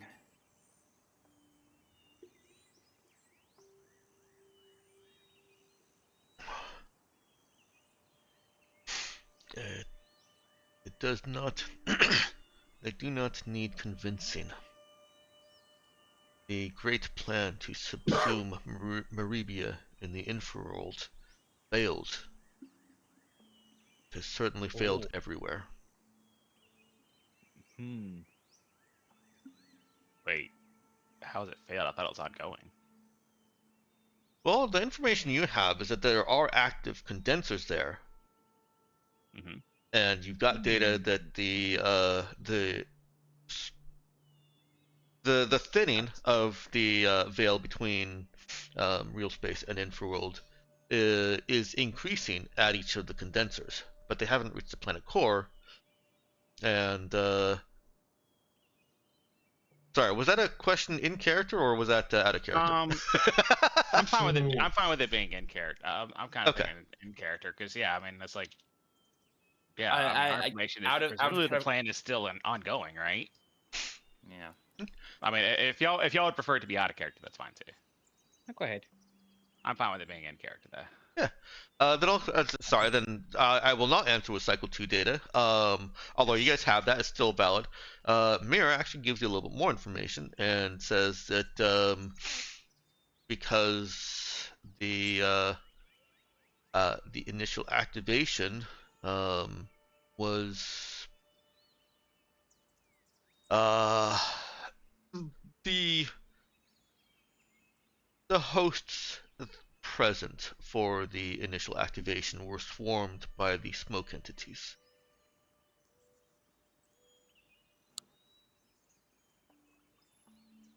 So did it fail or is it just taking longer? If it had been successful, then Maribia would already be inside the infraworld. Is there a difference in outcome if it takes a few years? What Or is a few 5 decades even? years versus 1,000 years? Sorry, Exactly. he repeats the same thing. What does it matter if it is 5 years or 1,000? That's my question for you. I thought y'all were the ones with the different time scale. Your universe, like all other universes, will collapse into the infraworld. Does not matter if it happens in 5 years, 1,000, or 1,000,000,000. It will happen. Right, but so your plan was a failure because it wasn't instantaneous? Well, I don't know your plan, but yeah, the Angelic Choir's plan. Yes. The What's plan the to difference hasten then? it is a failure. Right. I think I'm understanding then. So the conflict here is stepping out of character for a moment as I ponder over this. The conflict here isn't that things are collapsing into the infraworld per se. It's that the efforts of the hostile Vega are attempting to hasten something that I guess might have happened eventually, but need never have happened on the timescale that it is occurring. They're trying to push things to a head in the next couple of years. When, well, maybe it would have been Well- inevitable in the next trillion anyway. Well, what was our data on the situation for Kos? Like, it's on this, what is it? It's like decades, centuries at the current rate, or something like that. I think it was. I think it was decades. Okay. You had But I mean, regardless, it's still well before the rest of the sector because of those condensers, right? Oh yeah. Oh, very much so. Yeah. Which that's kind of what I'm confused about. What's the difference if they managed to do it in a day versus decades? Because that's still, so far as we're concerned, that's significantly accelerated.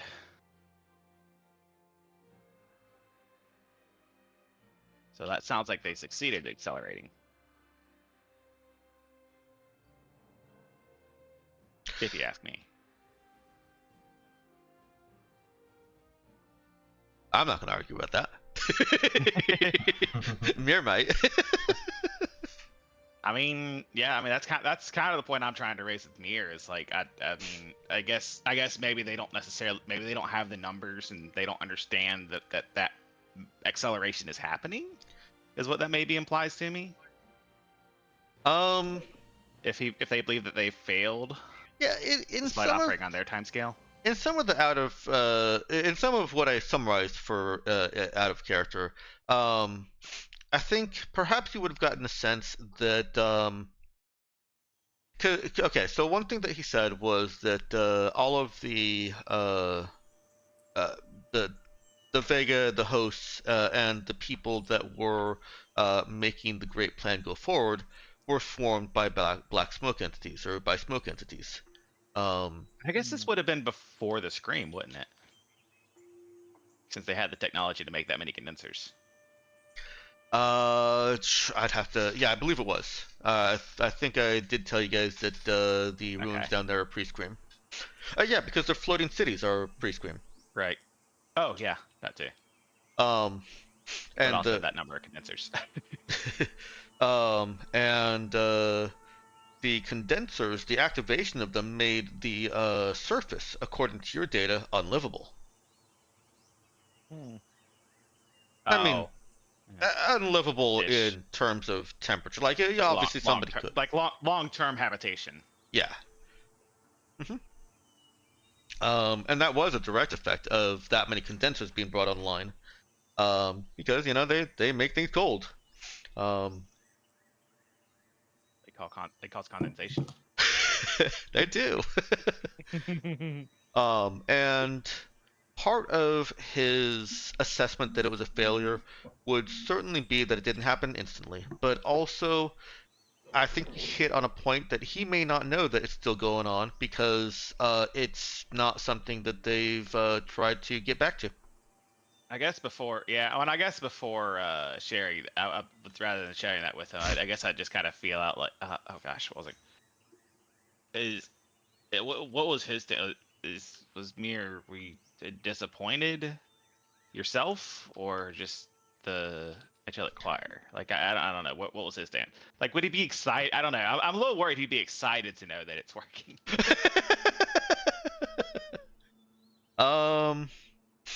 Quote unquote working. Right.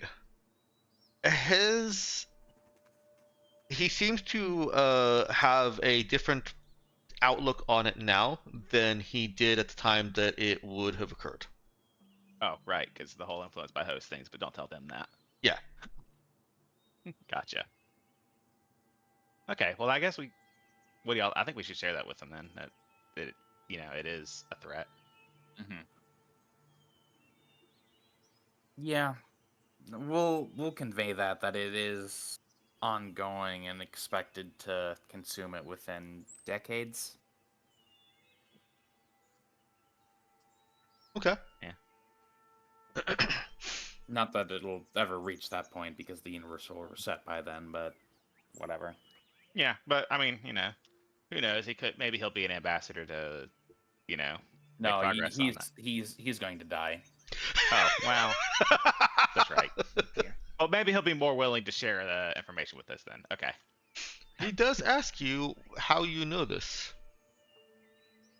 It's happened before. It will happen again.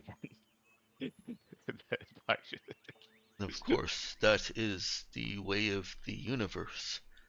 Yours will turn to the infraworld and will be born again. Well, Well, it's not entirely quite. wrong.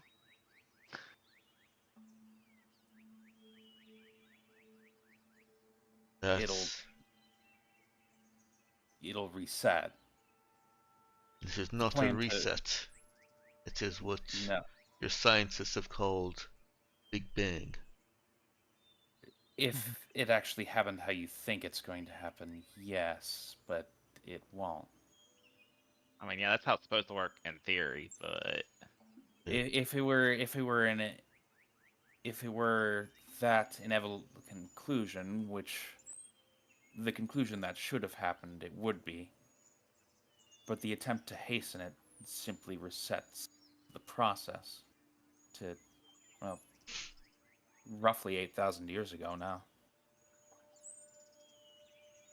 This has happened before. and will happen again. Very, very literally. This Not cannot the be. universe being reborn, but reset. This exact one. Exactly as it was. This well, cannot be. more. Nothing stops the march of the infraworld.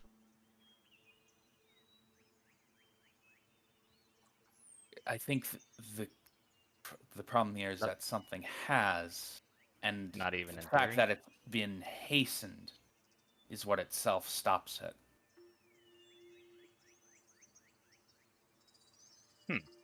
Is that? Talking to wait, is that how it works? It kind of is. So at this If- point, go ahead.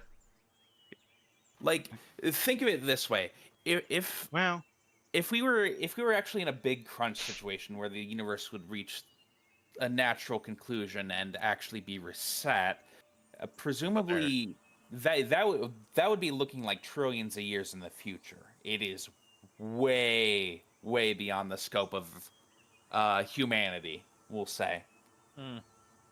Like beyond the scope of like the stars being still around.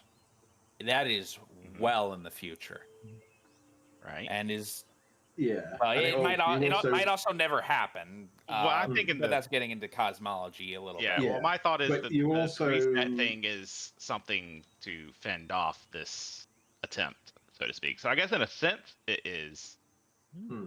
caused by them hastening it, but I think it was artificially created. I think it It's was. not, I don't think but it's. I don't. I guess you're. So are you saying? So you think it's a natural process that's preventing this hastening? I is don't what I'm think wondering. it's a natural process that's preventing this hastening, but I think whatever solution was implemented is one that, if the universe were allowed to reach a natural end, it wouldn't exactly go into effect. Let me pause I you think- here. Let me pause you here because I want to get Ginja. Hold that thought. I want to let Ginja have a opportunity to speak there. Okay. Yeah. I was going to say, if it was the universe kind of running out naturally and then sort of going into the infraworld and being reborn, I wouldn't then expect it to do exactly the same thing. I'd expect something new. Whereas we've kind of, Virgilia's got the thing of, it's not that, there was a previous universe and now there's this one. It's like there was a previous universe that looked basically the same as this one. Right. Like this has happened before and it will happen again. It shouldn't be literal.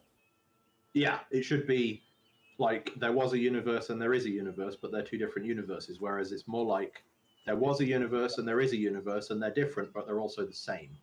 Yeah, like knowledge is cross-transferable. Yeah. Like we get told about stuff from the last universe and it's relevant in this one. That shouldn't be a thing. Yeah. We should be looking at fucking different physical constants, not. It's statistically impossible that it's this similar. That'll Never be mind twice. at the exact Never same. mind twice. Like it's not the exact same. Like some of the where people are exactly is slightly different, but Yeah. You know, we should Given- question how. That actually raises more question: is why is Given most all- everything the same except for certain variables? And That's given, actually It's a a very specific good time question. frame. given all the universes that could be, this is essentially the same. Yes. Yeah. There's a few Yeah, minor things different, but it's basically the same thing. That actually is a good point. Why is it that things only really start to become different a few years before the end times? Yeah. Yeah, because presumably everything up until a certain point is the exact same, right? And that might just be a narrative thing on Dex's part, but it might actually be important. It also might just be Destiny, and Destiny's real. Yeah.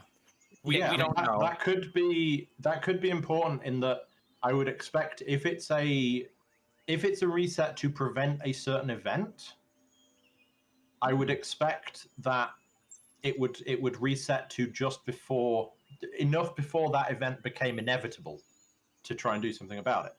Yeah, to give. Well, and that's the thing. It Yeah. resets 8,000 years. That's a lot of time for things to diverge. and it still winds up basically the same. You're right. That's so strange. Yeah. Like 8,000 years of history goes similar enough that it's just a few different people in this one group of. Now the question is: this a plot hole or is this a mechanic? Yes. I feel like even if it's not a mechanic, Dex is going to be vague until he's figured out how to make it a mechanic. Yeah, exactly. It's like it may or may not be a mechanic now, but give But it will Dex a become bit one. to figure out, and it will become one. Yep. There you go. Something Bethesda. I can't imagine Dex hasn't thought about it before yet, though. Oh yeah, Now then. no, it must have been thought about. I No, mean, just so he doesn't given get the too choosing complacent. different characters each campaign. Mm. It Just so he doesn't must. There's something there that probably matters. Yeah. Just so he doesn't get too complacent, I'm going to assume that he hasn't thought about it. So, Yeah. It's fine. And I'm not going to answer. yeah, I know. That's fair. The only winning move is to not play. I'm not going to answer, furiously scribbling down notes. What's Do you think that any of his scribbling noise in the equipment- background? Oh, don't worry about it. Dex just muted. It's fine.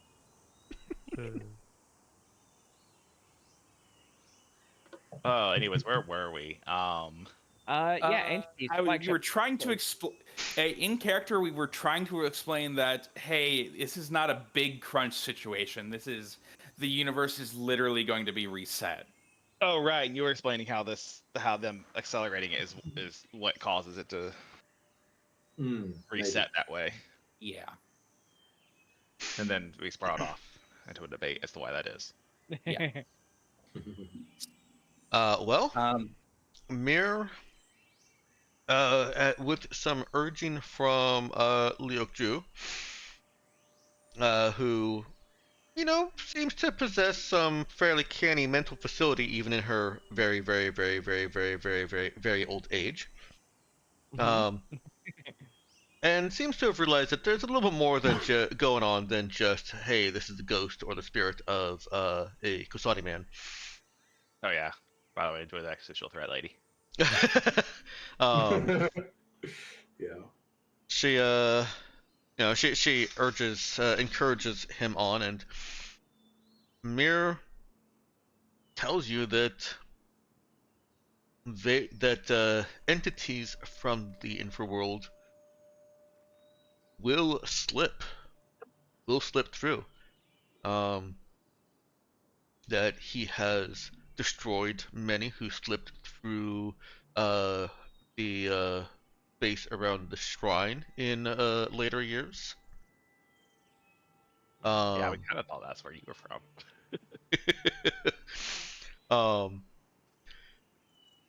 And that I guess the question is, do they intentionally slip through? they do, because it is what must be done. Coming through from the infraworld into real space is what brings the temperature, so to speak, down enough for the entire universe to slip into infraspace. So I'm surprised to hear that from ones coming straight from infraspace. Oh, that's the natural process. that's the natural process. So what I'm going to put a period on this, as one player said I don't do enough, and say that what you're getting from Mir here is that it's not specifically the subsumption of systems, but it is the amount of entities that in real space that, as far as Mir is telling you, and I'm telling you it's accurate, determines how soon real space will slip into the infraworld. And then, of course, you've got the data that says that entities slip through portals very easily, or through condensers. Okay, so it's just things coming over here that causes things to go into the infraworld. Not just the expansion of the infraworld itself, but Wait, you said so essentially it's basically a critical mass of entities that Yes. existing in this universe that causes it. Mhm. So removing them how does it? He said that he kills them, right? How does he kill them? Did we talk about that? I'll explain later. Oh, okay. 'Cause, I mean, that's I guess a good start is how do you kill them, but I guess they're probably through faster than humans could ever stop them, and then I guess it'll probably be a problem if you. Would it be a problem if we kept prevented the big crunch? That's a problem for the future. That's a problem for That is really 2 years like in the future. if stopping the big crunch is literally trillions of years in the future problem. Yeah. And according to Mir, it can't be done anyways. Well, I don't know. I'd say that. I mean, Never say never. I don't know that it's not irrelevant. It's not It's not relevant. concern. Yes.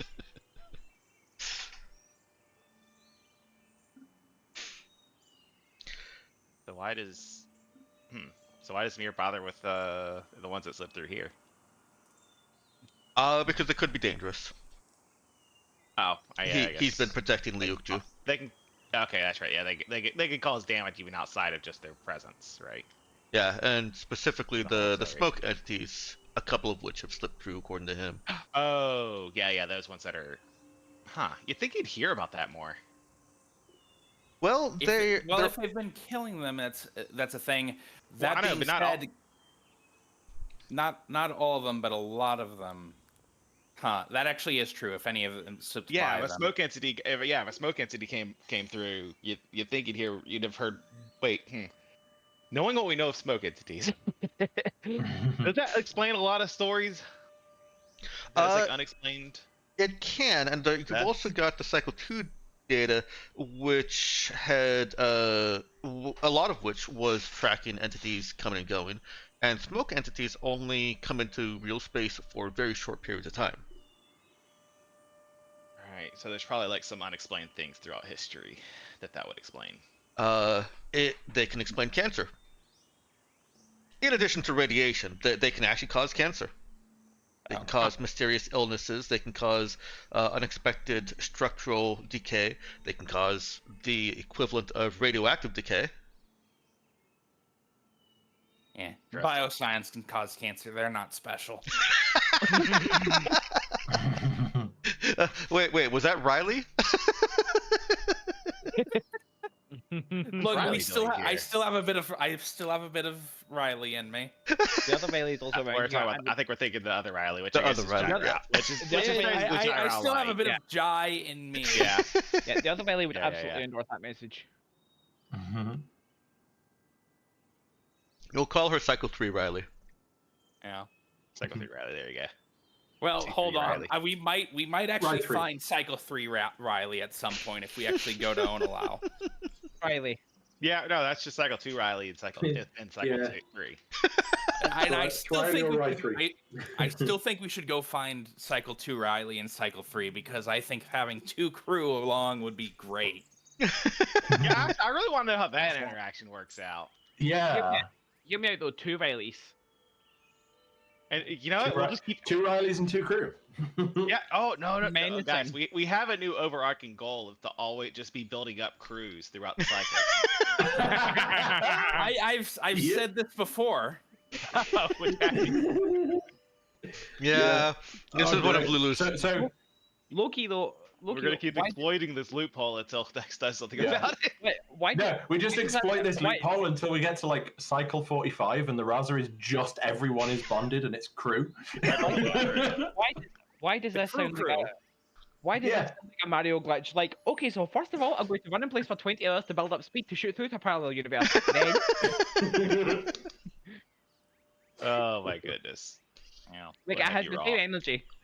Like, okay, we're going to collect it. We're going to keep collecting copies of this guy until the entire ship is full of copies of him. This is optimal for the next part of our strategy.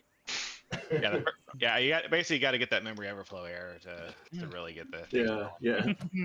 Oh, right. If we get it would be what 256 crew, and then get one more. It rolls over to negative crew, and then the universe. And we break the universe. I think 255 is enough actually because 0 crew is also a value that can be stored in 8-bit. Yeah, that's fair. Anyways, yeah, we're getting off track again. Yes, we are.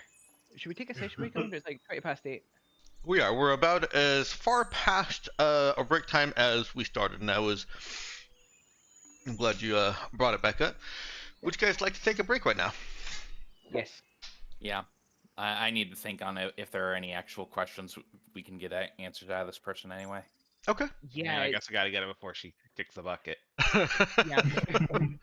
Yeah, I'm not gonna lie, I have been spacing a little bit because it's been like 2 minutes of listening to other people dialogue. Okay.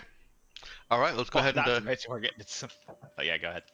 I was just gonna say, let's go ahead and come on back in 15 minutes. See ya.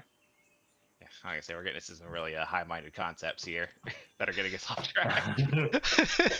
Yeah. That's pretty normal for this campaign. Yeah. There is a lot of wild hypothetical situations, and I'm here for it.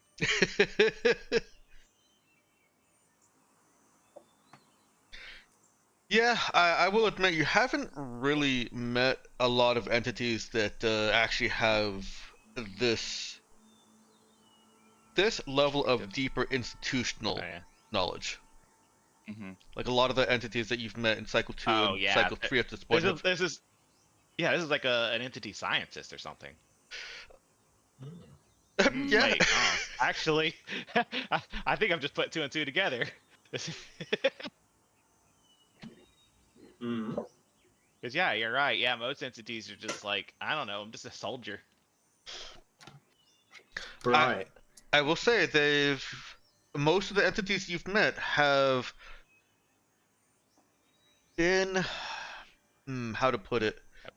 Idiots. I don't know about idiots, but they've definitely been more.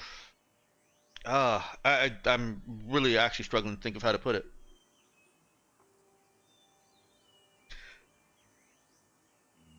Single-minded More or simple-minded? more inward-minded. They've had the knowledge of what they're doing more revised. Like, okay, so let's take Cycle 2. Brainwashed. Well, yeah, entity type style brainwashed. But take Tar, which I believe was the name of. Actually, I think that was Arn. I can't remember. Take the entity that was possessing Apoc Queen over on Fightin'. It had more revised knowledge of how the things are going on that planet. How the entity or the Vega are doing things over there. The entity you met in this one on the Foreign Spirit had. Well, actually, I don't think he had much information at all. He just was kind of looking for food. And the Prue and Rule then I mean, I guess they kind of just. Well, they don't. Do they? No, they were just They were basically just soldiers, weren't they? But they've been around a while. Yeah, they They're just fine playing chess. yes. For, centuries. Yeah.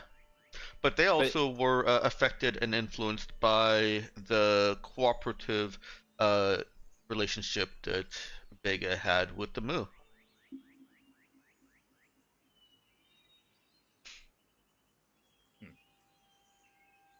Well, fascinating. I think the ultimate question is going to be not how we stop the Vega, but how do we force things back into what should be the natural cycle of going towards the big crunch instead of all of this. Who knows? But it's Presumably, probably presumably the answer is Dex. Yeah. Yeah, who knows how to do that? Dex. True.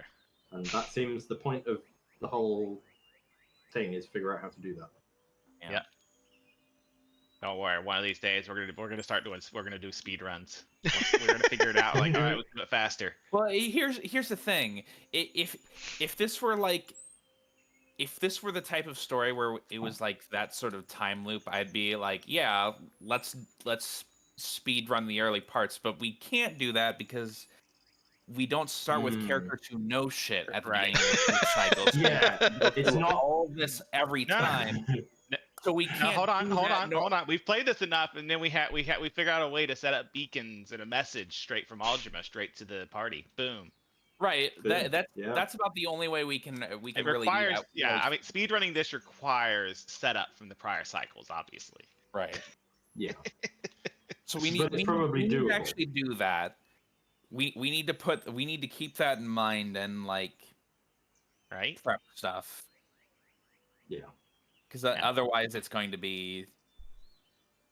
I'm sure Dex is fine with that. It's going to be near impossible without out of character knowledge.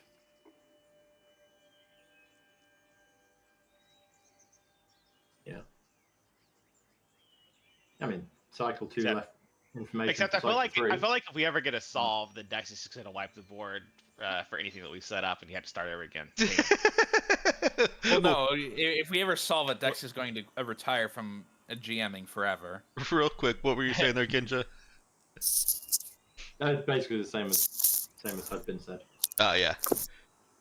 No. If you solve the reset problem, I have a part 3. Oh, that's right. New Game Plus.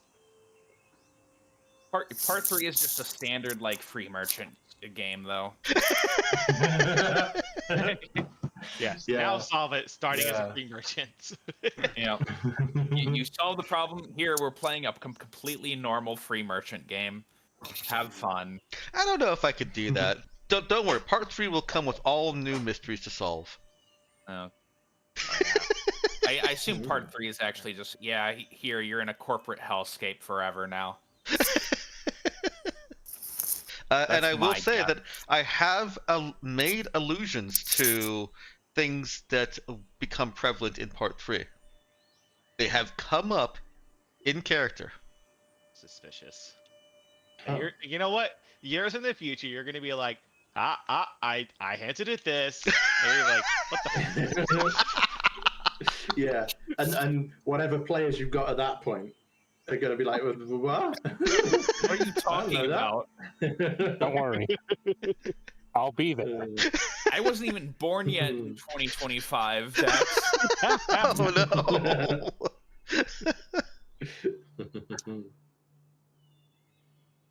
Oh. Sure, Grandpa.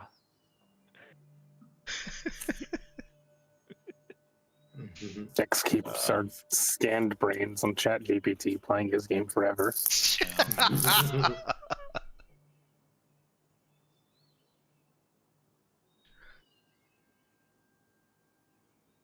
I have figured out how to get ChatGPT to write logs for my other game I'm playing in. Oh.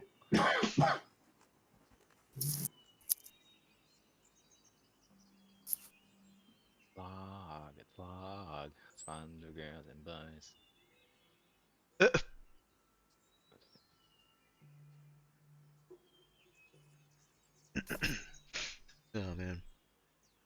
is full of references and not much else.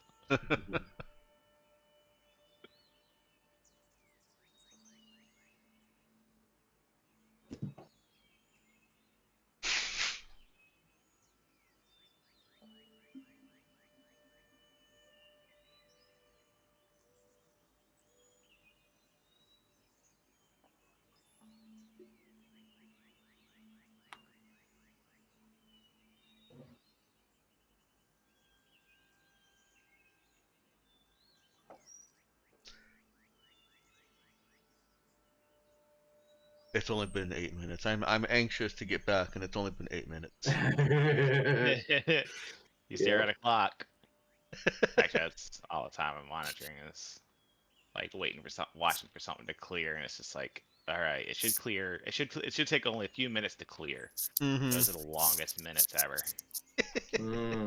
Yeah. Yeah. I get the same thing having to wait for reports generated by the system. It's like, keep refreshing the page, keep refreshing the page. Yeah. I got others. Our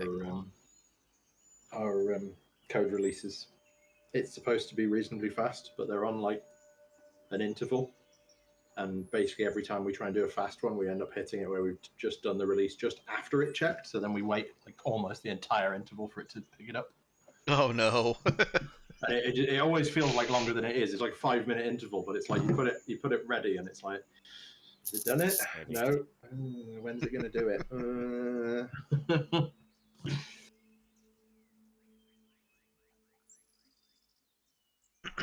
Yeah, we should probably just increase the interval. I think we couldn't have it up before because where we put the code didn't like it when we did that, but we should be able to put it up now. We've changed where we put the code.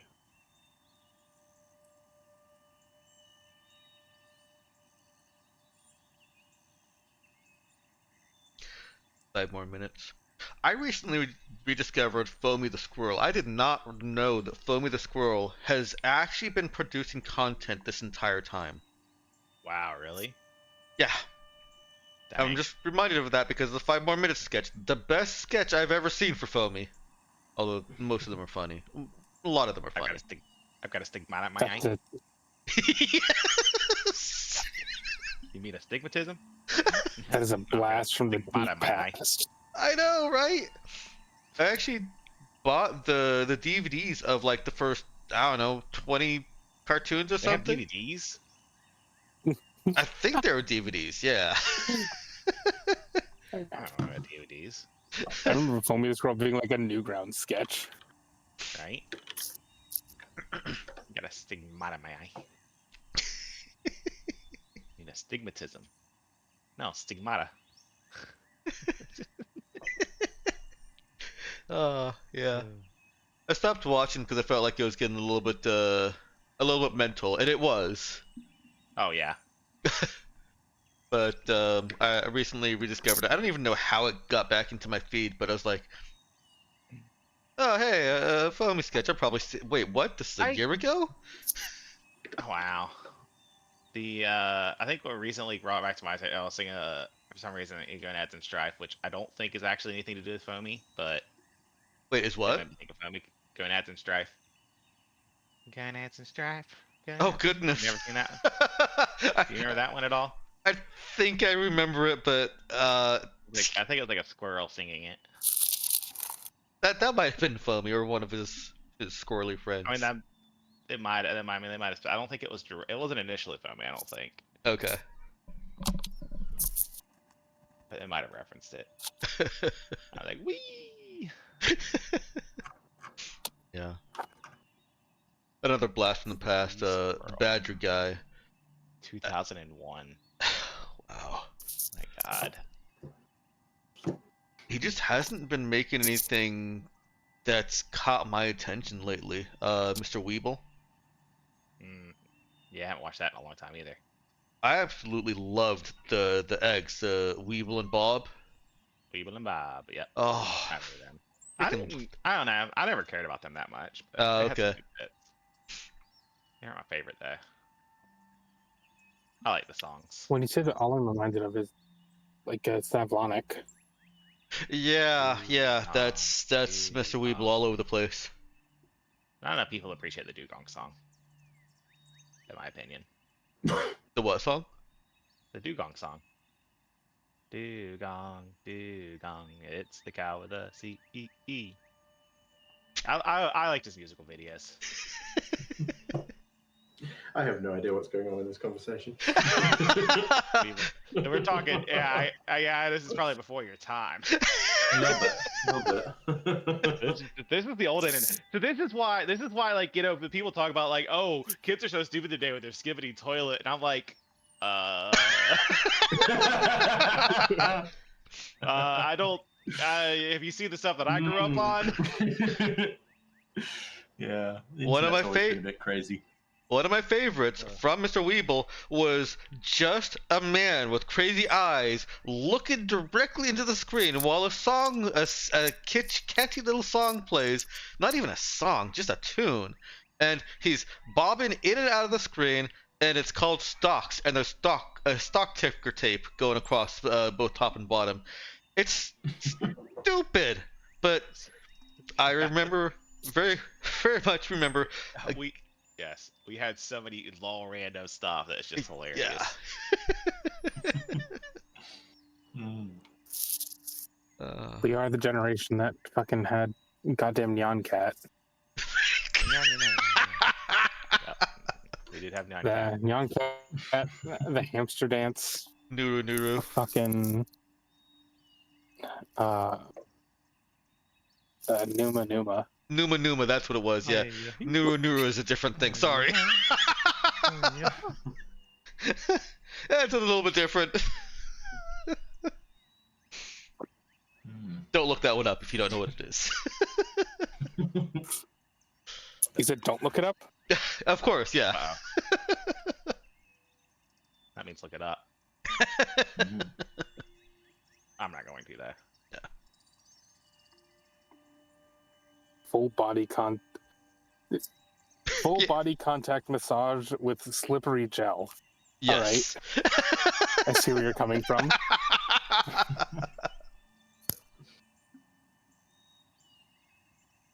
Yeah, so Can't wait for Numa. this to get cut out of the. Numa. Yes. The poor Star Wars Jedi kid. Yeah. South Park episode on these things is great. Dramatic Gopher. Dramatic Gopher. And then Chocolate Rain. Oh, that's another one I recently Rain was- discovered. He came was back a into my fucking feed classic. with I don't remember what I saw. Oh, an update, basically what he's doing. It was like a year ago, and I was like, Oh yeah. holy shit, I recognize that name, and so he's been making content the entire time. Wow. Charlie the Unicorn I ended guess this he year. never hit it. I guess. Yeah, Charlie the Unicorn is still like maintained in the consciousness more, I think. Yeah, I think so, because he's kept making various random stuff, including Charlie the Unicorn. Well, and also Yeah, I but so think have all the other people. That's true. Yeah, I guess Yeah. that's the point you're making. Yeah. I think Charlie the Unicorn has made things that have been more popular, and so have remained more in my public circles. consciousness. Yeah. Oh man. That's fair. Anyway, I'm back now. Welcome back. Welcome back. What was it? It was the end of Z World. Oh my goodness! I remember that. Fires you missiles. Yes. Yeah. They fired. Zin take a nap, and then fires the missiles. Don't forget, all your base are belong to us. And Australia will be fine. What about Australia? I'm glad you're going to be fine, but what's up? The old internet. Our generation of internet. I mean, not extremely old internet. Extremely old internet is like fucking ARPANET stuff. Everything but, is just message boards. Yeah, we're talking like very early 2000s internet. Yeah. Yeah. But I will point out, Lulu, perhaps much to your annoyance, that early 2000s stuff is not far off from when some people here were born. Yeah. True. Yeah, but even so, I wouldn't consider it part of the very early internet. I'd say the very early internet is pre-dot-com bubble. Yeah, I think that's yeah, fair. but I do think it's the start of the little random internet era. Yeah. That's Yeah, basically yeah, how we got it's on this definitely- conversation, I think. It's definitely that. Is I brought up, hey, I saw Foamy again, and Meowkin's like, people now think that Skibby is all crazy and all random, and the internet is fucked now, but look what we had. Right? Oh yeah, the more it changes, the more it stays the same. Yeah. I mean, I do think the internet is fucked now, but it's not because of the content that people put out. Oh Yes. no, It's the because- internet is fucked now for political reasons. Well, yeah, yes, and also because like that we chose to make the internet free, and then people have figured out how to make us buy the internet anyways. Yeah, Yeah. that too. The death of online anonymity is Right. There's fucking that. everything. There's consolidation of internet spaces into huge social media things has been a problem rather than individual fandom spaces.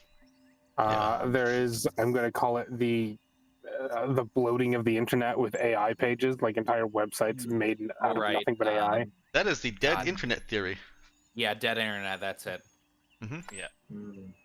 where it's AI interacting with the internet that is AI. Right. One day we'll all have to move over to the Tor browser. It's the only place that's not flooded with fucking AI shit. I would not be convinced with that. Yeah, pretty sure I would say that too. Yeah. Oh, we'll just be moving back to peer-to-peer fucking message boards. Yeah. Honestly, I'm tempted. I long for the days of message boards, and I want at least forums again. I thought you were gonna say Forums and guest books. I mean, they Yeah. do still technically exist. They do. I'm still on the But Dwarf nobody Fortress used- forums, the Bay 12 Nice. ones. Also, when the Hatsune Miku became popular, all of the MMDs, a billion MMDs, Oh, yeah. flooded the internet. only a Yeah. billion? Are you sure it wasn't more than that? A billion trillion. Just so many Never care. MMDs. So Yeah. many. All right, let's get back to our billions and trillions here. They come And back, everything is Miku dance videos. Welcome back to Dexter's Mindbreakers. I'll go ahead and bring us back into frame. So you've gotten a lot of information here from Mir, confirming some suspicions and also gaining some new info. Do you want clarification of any of that before we proceed? I'm trying to think of what we got that was truly new. The mechanism of the collapse of the big crunch. Well, I mean that That it's. I mean, we kind of knew it, but it's that it's tied more that's closely. part of that it's going into the infraworld. Like the main question I want to ask is just, all of this has been hastened. How do we get things back to the natural cycle? Yeah, the Angelic Choir was all about making the transition easier, but how do you stop the transition in the first place? It's not about stopping it, it's getting it back to the way it should be. Anyways, same Well, difference. One's just the next step. yeah, Mir says that it is impossible. It would require you to eradicate more entities, more of the denizens from the infraworld that have come into real space. And you are just. How many are you here? Real quick. You are just 4 people. Many Now, more. It would require the cracks in reality, the quote unquote cracks that they slip through, are caused by human memories, right? So at the very least, they're still restricted to only entering through spaces where humans are. Out of Or have character. been, at You're least. right. If we kill all humans, Well, no. Because even if you killed all humans, I'm just saying it's not like we need to deal with cracks that are like out in the void of space. So at the very least, there's a limited number of places where they can enter this sector. They can enter the universe. I mean, obviously that's a lot of space. That's a lot of places, but it's still less than infinite. Is my point. So, like, in theory, if the sector knew and all the people worked together somehow, I know that's not going to happen, but in theory, you could do it that way. If you manage to get all humans to work together. Is any of this in character? I'm fine with that. Yeah, if you get all humans to work together, I mean, it's just theoretical. I know that ain't gonna happen.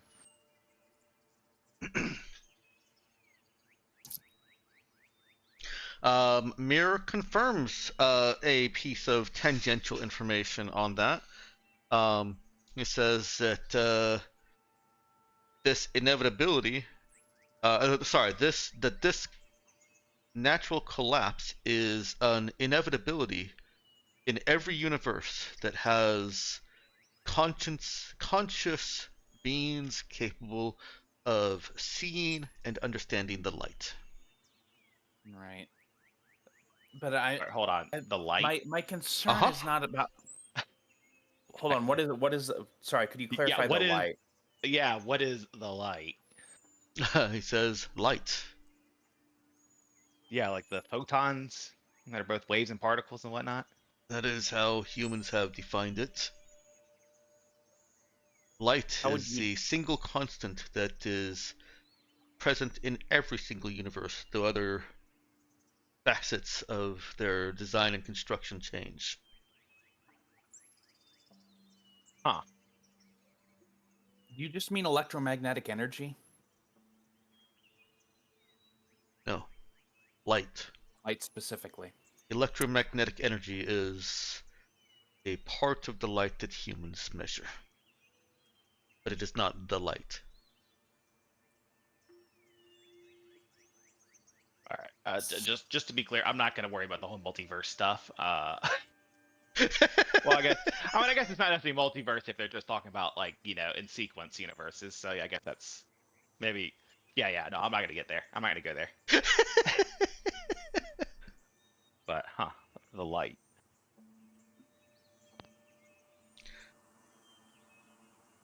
There's some corroboration of this with the bits of your data that indicate that people who have been blind their entire lives. This is from the Fiorentina data, and given sight through cybernetic eyes, could not be possessed.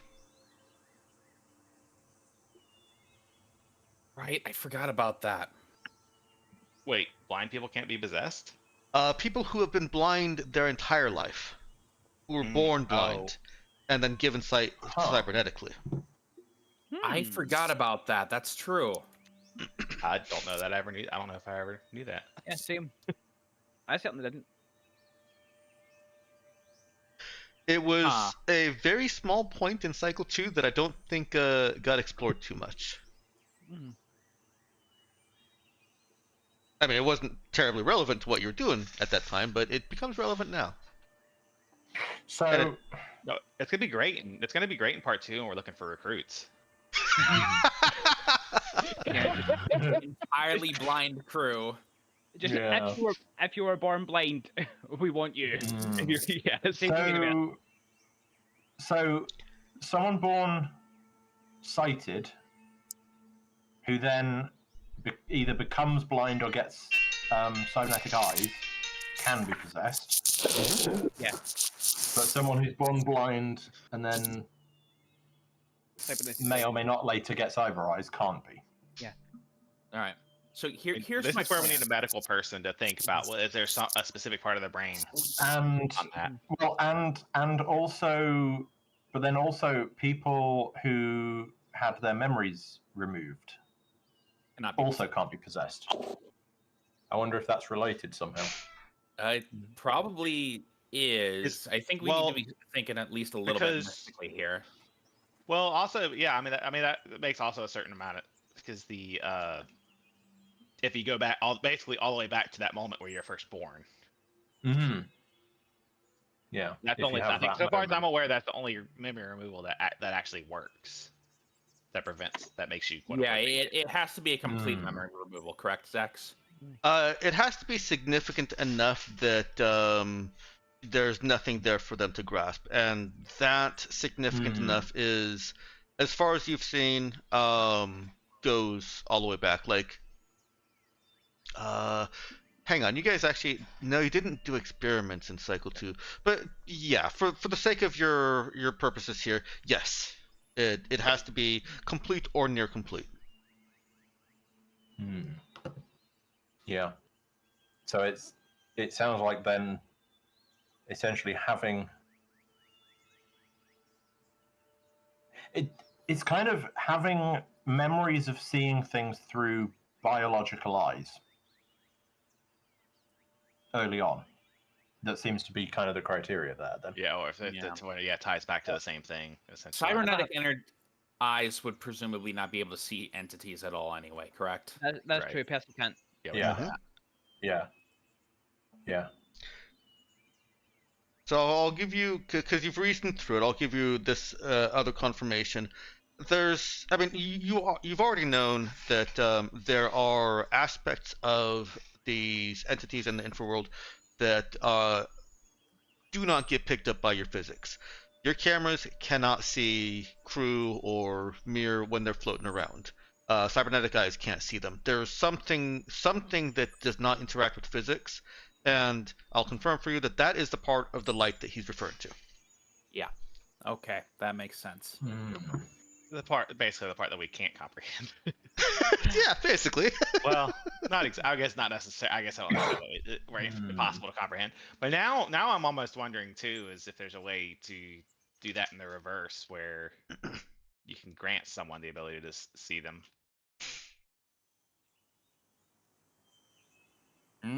Maybe. But yeah, We wouldn't know how to do that though. yeah, that might be.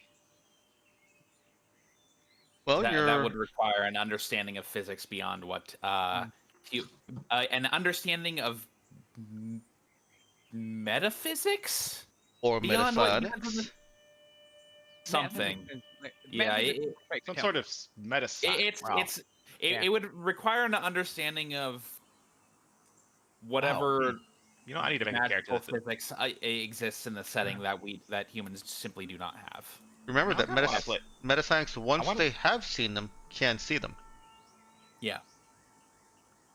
All right, go ahead, man. If you had some way to pass that, I was just gonna say, it's like now I kind of want to play a metascience scientist. I feel like that would be very helpful for all these concepts. Something to know for next time. Right? Yeah. I'll probably forget. In fact, actually, I'm thinking more. I want to try playing an android sometime, so I'm probably end up going that way. But a metascience scientist would be very interesting in this campaign, I think. Yes. Metascience scientist robot or android. Oh yeah. Yeah. Can androids see the stuff though? No. Androids cannot. At least Libra hasn't been able to. No. So. Still, there must be something. There must be something we can do. But androids can. Wait, do we know if androids can be possessed? I always forget. They can. Yeah, Libra, remember? Yes. Yeah, I thought they could. Yeah, like the proper androids can be possessed. That was the whole point. What's the term from again, Dex? Sapient Ada. or Ada. Ada. Yes. Ada androids can be possessed. The non-Ada androids cannot. And just for it sounds like stuff. Ada androids, is that a completely synthetic mind, or is it like human brain in a box? So Ada androids are constructed the same as non-Ada androids. Something happens in the process, and they begin developing independent of the programming. Yeah, and they're not. It's not just Right. random box. But it is They're It is a fully data is synthetic all mind. distributed. Yes. Yeah. Yes. I also want to Yeah. clarify that the brain for all androids is a synthetic human analog. Right. Yeah. Right. Human Um, analog, but it is that- synthetic. Okay. Yeah. That noted, That's interesting. you'll need to remind me of this, Dex. The Ada androids still cannot perceive entities. correct. Right. Hmm. It'll be what- interesting if we could figure out how to do Bye-bye. that. But yeah, that's what you're saying. That doesn't sound So like I that's guess feasible. It's the. Yeah. It seems like it's the eyes that matter more than the brain. Well, that's what Yeah, where do they- I'm syntax- kind of wondering now. We don't have a medical person though, so I don't really want to go down that too much. Yeah. It's a pity I didn't have this information Yeah, last this is cycle. yes. Yeah. If we had this last time, that would have been perfect for this. Right. Yeah. Because at the very least, I'm- you know. I kind of had a theory of how it worked, and then androids came up, and now it's like I have no Yeah. idea how this fits. This doesn't fit the previous thing, and I can't see a nice pattern that makes it work. Yep, that's I usually how would, it goes. I would be curious. I would be curious what the result was if a baby had cyber eyes, like a baby born blind was basically immediately given cyber eyes and then grew up with them. Actually, that is a What question. can a though, newborn 'cause baby see them? If an Ada can be possessed, normally a something born blind but given cyber eyes cannot be possessed. Correct. An Ada never at any point has biological eyes. Yeah. Are there cases? Surely there's like genetic therapy or something like that. Someone that's born blind, though, right? Like it doesn't. Cybernetic eyes wouldn't be the only way to restore vision necessarily. Right. And guess I'd assume if someone is given biological sight, they're presumably able to perceive the entities, correct, Dex?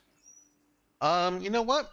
Why don't you go ahead and roll me? This is not something you're rolling right now, obviously, but you do have a lot of information from the Fear Itinera. They certainly did a lot of studies on the phenomena. So a no check, maybe? Yeah, have somebody roll me a no check, PC or NPC, I don't care which. I got +2 to it. Okay.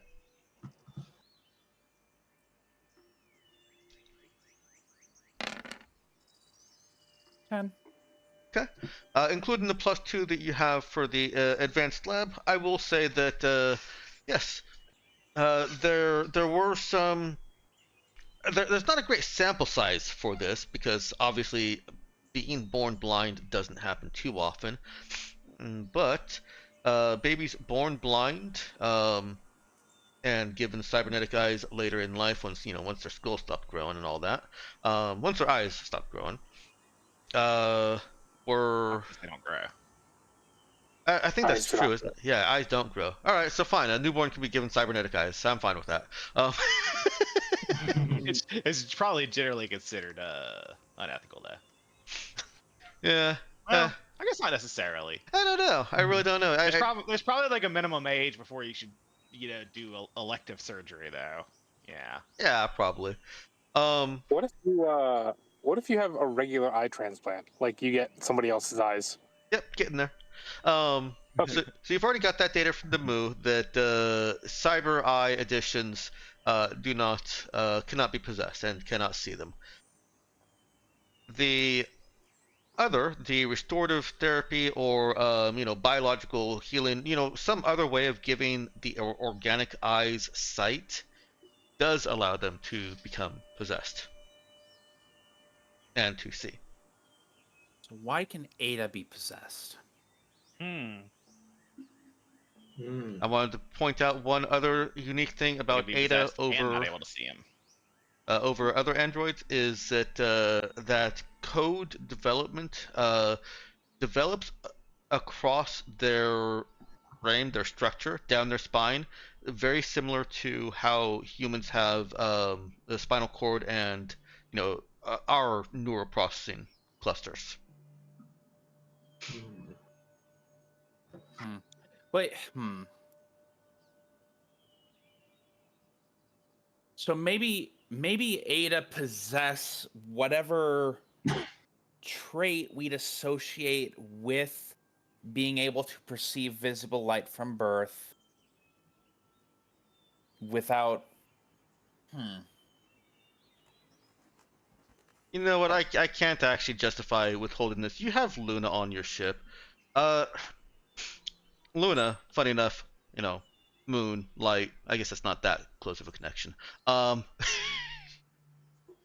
Moon. But it's funny Go enough. Funny enough.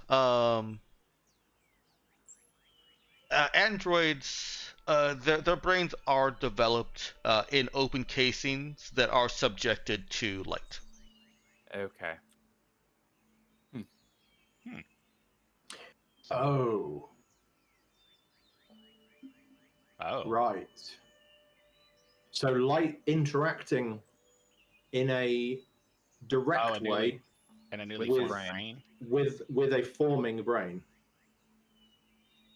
Yeah. Okay. Basically, with an Yeah. organic sensing organ is the connection here. Yeah, yeah. I'm going well, to. the bio brain is kind of getting it via the eyes, and it has to be biological to kind of pass that through.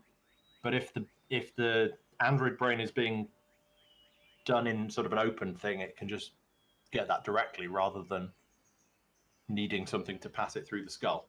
I'm going to ask Mir directly, Dex. Mhm. What is the connection what is the connection that you know between light and memory? Yeah. Says, roll me a talk charisma check. I'm going to. A weird thing to say, man. Yeah. I get to re-roll that one, so that's automatically at least a 12. Yeah, go ahead and re-roll it. Man, those ones Re-roll really out. like rolling for you. Yeah. Okay, all right. Before. All right, that's Ooh. 15. Looks like it. Yep. Mir says that light creates the first memory connection to the infraworld.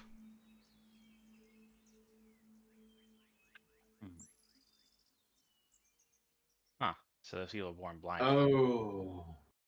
Light Oh, they light can creates that actually have first tether, and connection. then everything's built on top of that, like a chain. But then if you remove the bottom of the chain, as with Vacant, there isn't a connection anymore. Even though you've got memories and you're seeing the light, it doesn't have that building block of the base. I'm sorry, I'm stuck on something now. Like bacon? What? What? What? Sorry, I thought you said like bacon. God, never mind. Yeah, I don't know where the bacon came from. Someone get Lulu some pancakes. He's obviously very hungry. I haven't eaten today. Bacon pancakes. All I've had is coffee. Bacon pancakes. I actually do need food. After this is done, I'm going to eat something. But God, never mind. All right, so we're scratching the bacon theory. Yeah, forget the bacon. Yes, someone said bacon.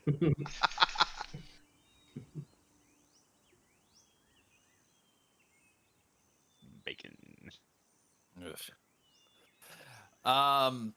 Yeah, sure. No, that makes sense though. Yeah, so it's like the first sight, the first intake of light into your biological eyes is what forms the bottom of the chain that is you, and then your memories all build on top of that. But if you lose all your memories, however briefly, then whatever new memories you form, whatever memories you put back into the chain, as long as you don't get everything back. I think it's probably that base link. If you don't have that base link, you're basically a balloon with the cord cut. Well, we don't. For all we know, if you get all your memories back, it might reforge that too, though. But yeah, which that's what I'm thinking. Anytime soon. I don't think we're gonna test that anytime soon. Yeah.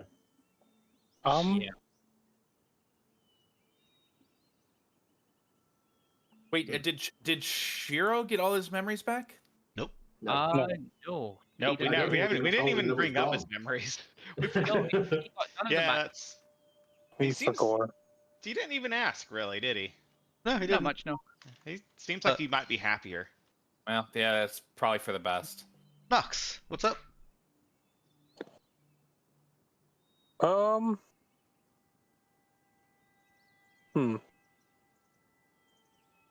No, if somebody's blind from birth and they later gain organic sight, do they not have that from when they get their first organic sight light? Like if they got like regular eyes at 15. Let me check my notes real quick. Which tells you something off the back that I've got something for it. Yeah, that sounds about right. And I guess the same question for the a la baby born and kept in a pitch black room until they're like aged. Yeah, I saw Ooh. that. A la baby. Oh, that's interesting. That's interesting, actually.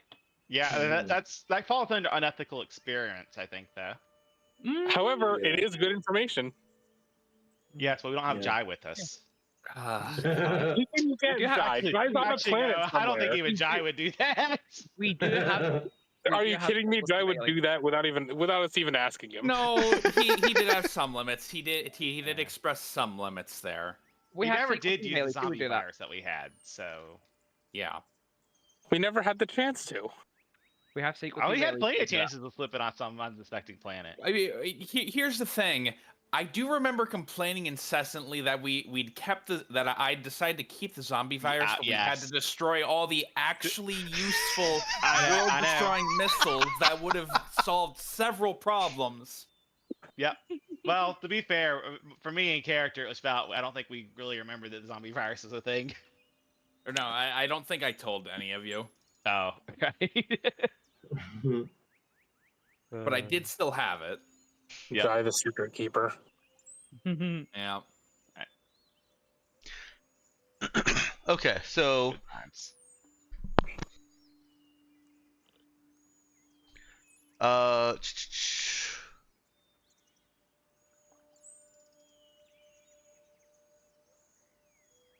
sorry, I thought I was gonna say more after that.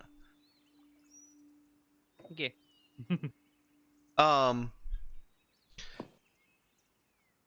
This does not have to be formative. So somebody who was blind for 20 years and then had organic eye function restored would then gain what's called an infraworld presence. Okay. And that has more meaning over there to Lulu and crew. The infraworld presence is something that I've referred to in many of those powers. Right. Yes. That's confusing though, because that then, what's then the difference between that and vacant? They're no longer connected to their infraworld presence. So if we had a baby and then we immediately put it inside of a QED. Basically, yes. The baby's memories, not. So It has a memory. It has its first connection to light, and then we remove it. No What first if- link. What if we were to take a fetus and extract it from the womb and expose it to light while its brain is still developing, and then put it in like some sort of I'm just saying. incubator to let it develop after that point, but it was blind. I feel like that is probably like that doesn't count as the first connection to light because their brain's not fully developed. They'll see light and then form the connection as before. Now, if we QED a baby at like 1 year old, that'd probably work. The brain's not fully developed until like your 20s. All right, I think we're getting lost in the. I think we're getting lost in the weeds a little bit. We're getting lost in all the stuff Jai would have loved. Definitely, I can, yeah. It's only Jai we're here. So I'll clarify for you. Organic exposure to light, whether it's through the eyes or directly to the brain in the case of androids being constructed, is enough to create an infraworld presence. That's the tether to memories that you guys have I kind of identified, and I believe you've also identified that QAD creates its own place, right? Mm-hmm. Once that tether is created, the status of the eyes no longer matters. Actually, a quick question: did we ever figure out where the fuck the QED space was? Did you ever figure out what? Where the QED space was, like where all that is kept? No, I don't believe you ever did About figure out that. where that's kept. Yeah. Because it I don't think is we even know about it in kept this game. somewhere. We just don't know where. God. I don't even think we even know that in this. Oh, I may have let something slip then. That's No, fine. I think we did. I think we did. No, 'cause we did figure out it I was mean, somewhere last cycle. I'm talking about in this cycle, though. Okay. yeah. I mean, I don't know about this cycle. There is some stuff in the description of the other space detector that implies something there, but that may or may not have been intended on Dex's part. I don't know. Can we read that?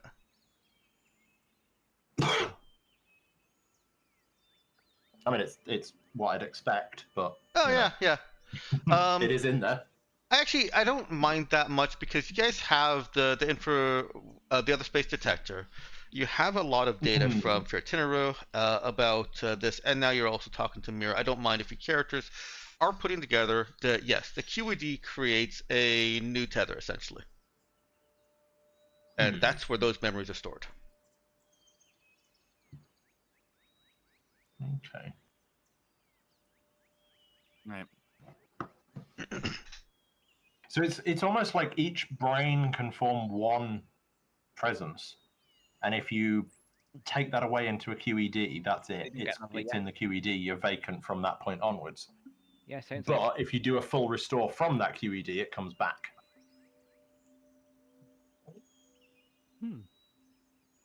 Interesting.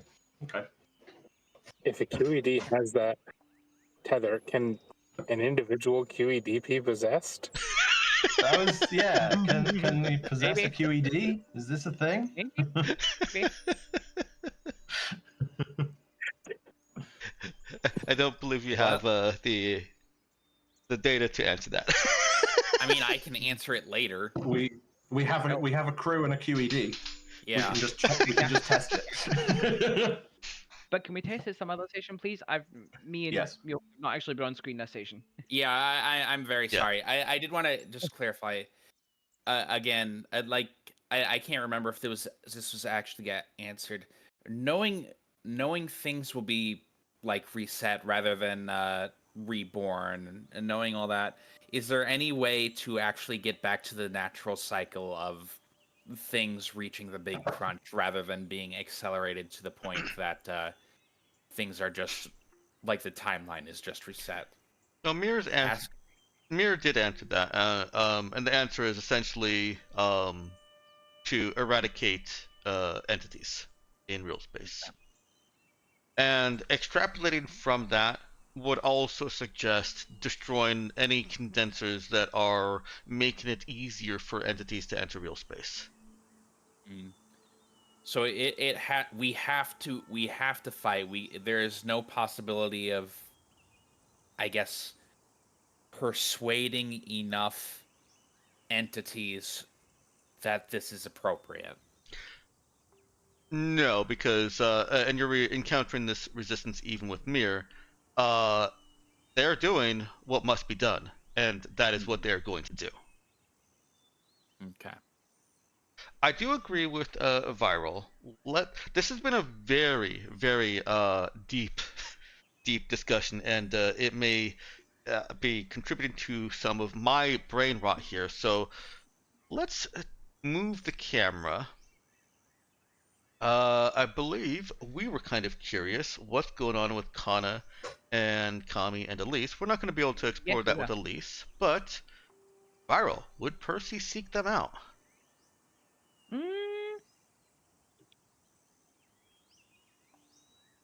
Out of lack of anything else particularly active to do, yeah, probably, yeah. Alternately, if both of you, because you two have been kind of absent from this part, if you have another scene that you'd like to run, please throw that at me. I was gonna send Percy a text message. Man, our minds are getting blown over here.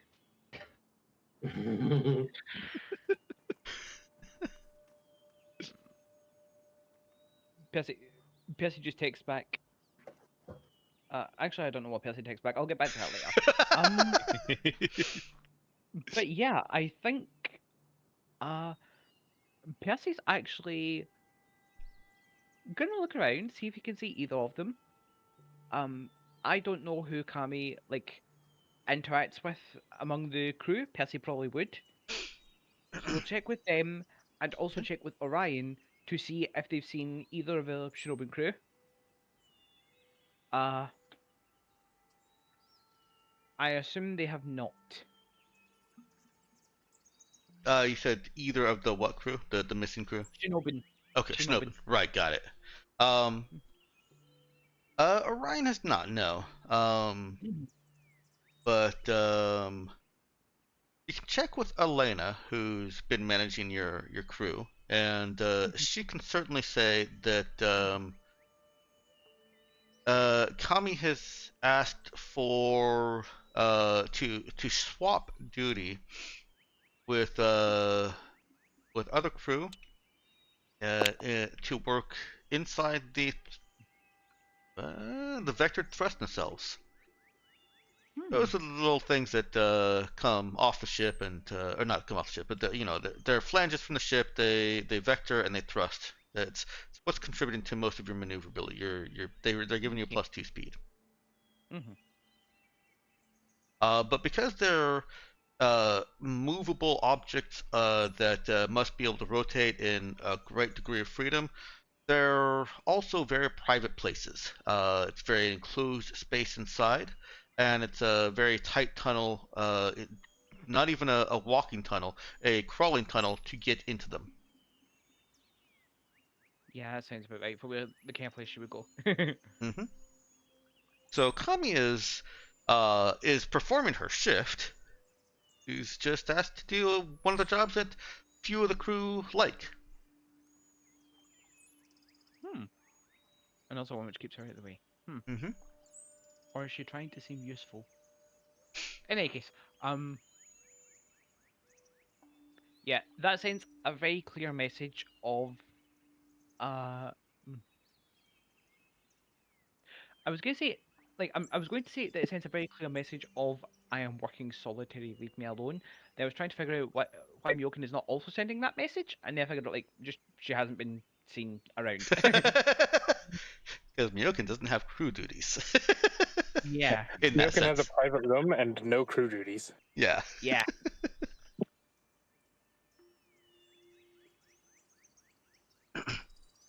Yeah, yeah, I will,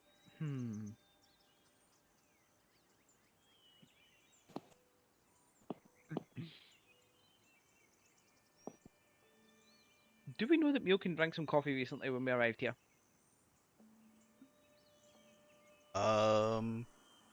Is it just Myokin that knows that, or? I mean, Doug knows. Yeah. You know what, good enough. You probably mentioned it to Percy at some point in passing, man, that's weird.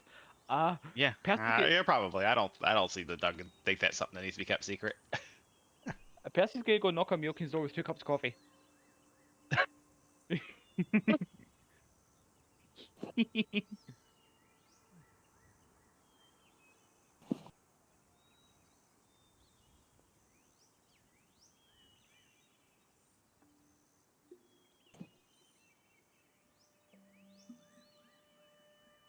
Knock, knock. Sorry, 1 second. Uh-huh. I'm trying to find my character sheet. Okay. Is that in character or out of character? Yeah. I need to spend an effort, so Okay. there we go.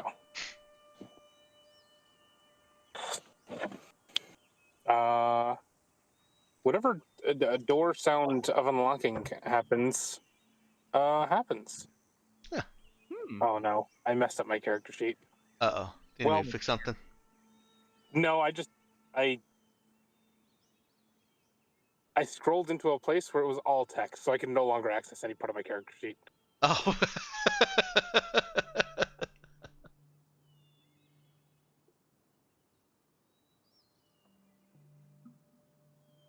But yeah, that's the response you got.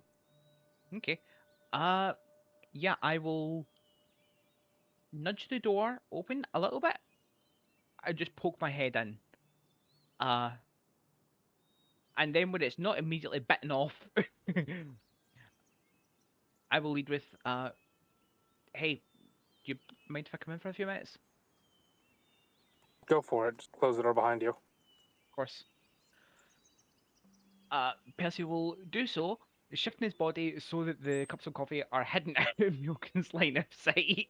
Then realise, no, the smell is very obvious. So just go, yeah, I couldn't make tea the way you like it, but Doug said something about you drinking coffee, which is really weird, but I guess if you're in a coffee mood, and he offers her one of the cups.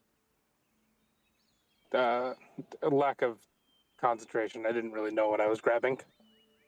I don't drink coffee. Okay. Wait, do you say, is that in character or out of character? In character. Okay. You know what? Fair. I'll drink them both then. If it doesn't, I'll find a tea purist to have coffee in of them. Drink what you like. Okay. Percy takes a big glug out of one of the coffees, and then. So, are you okay? I'll be more okay the further we are away from here. Hmm.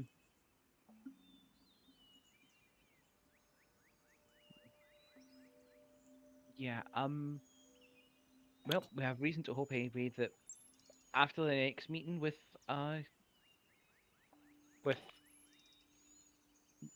he's visibly assessing whether to name the Dragon General, and then just goes fuck it. After the next meeting with the Dragon General, we should, assuming it goes the way we want it to, which pretty strong reason I think it'll go the way we want it to. After that, we're probably going to be heading out and just getting away from here. Great. Yeah.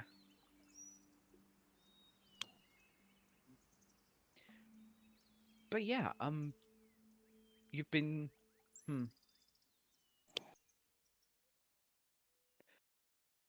we're not gonna bring any of them on the ship without giving you at least some advance warning. So you don't need to like hide or anything. You know, by all accounts, you've been a ghost lately.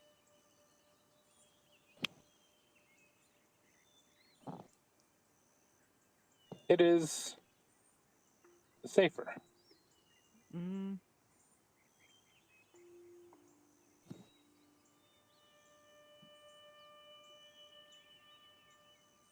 Is it?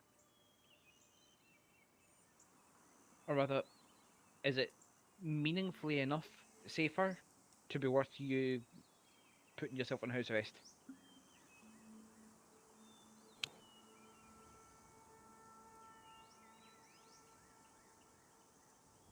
Like, I don't deny it's a tiny bit safer, but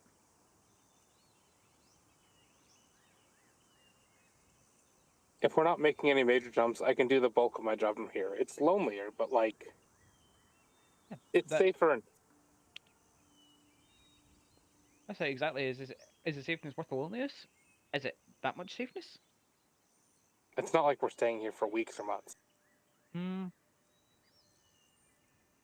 I know, but it's one way or another. It's still like a threat to you, and we do not take threats to other people kindly. Like, I didn't know it was this bad for you, you know?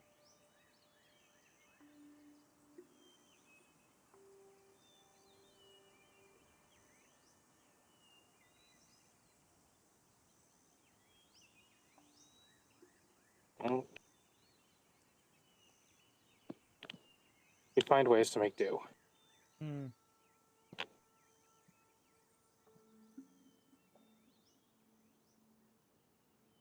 Well, I'm not going to force you, but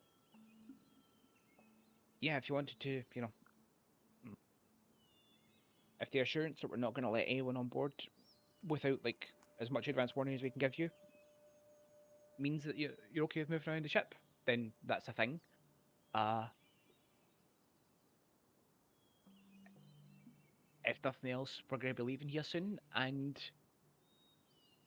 yeah, if you need to talk, like I know we haven't seen eye to eye, but yeah, sometimes it's easier that way, you know.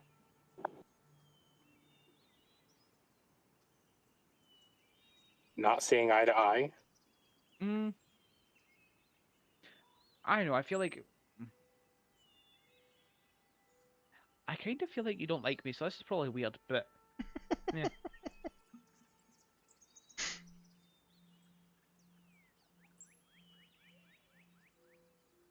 Taken aback. How have I? How do I keep giving people that impression? Percy sort of just shrugs. Little did she know Orion is Percy. That's right. I hired another of myself. No, that's not true. If I'd hired another of myself, I would send him to where we sent Libra for when the Aldermans were invading. Yeah, The yeah. combat people won't think I hate them. But yeah, does she actually ask how do I keep giving people that impression? Yes. Okay. Can't speak for anyone else. Don't know who else. Oh wait, no, Orion. Yeah, Orion thought that you assessed them in some way and found them wanting until you explained it was a psychic thing. Yeah. How did you get that impression?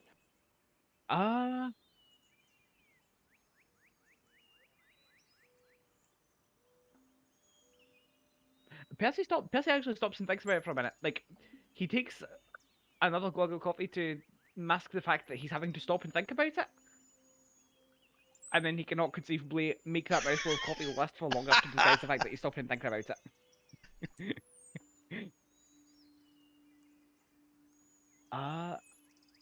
And then he ultimately settles on, you know what? Yeah, no, I think I might should be projecting a little bit there actually. Just because you're like very professional and the way you fly is as scary as it is impressive. So like I don't know, I guess I can put that across to you and like neutral and scary adds up to not positive. I don't fucking know. I haven't really stopped and thought about it.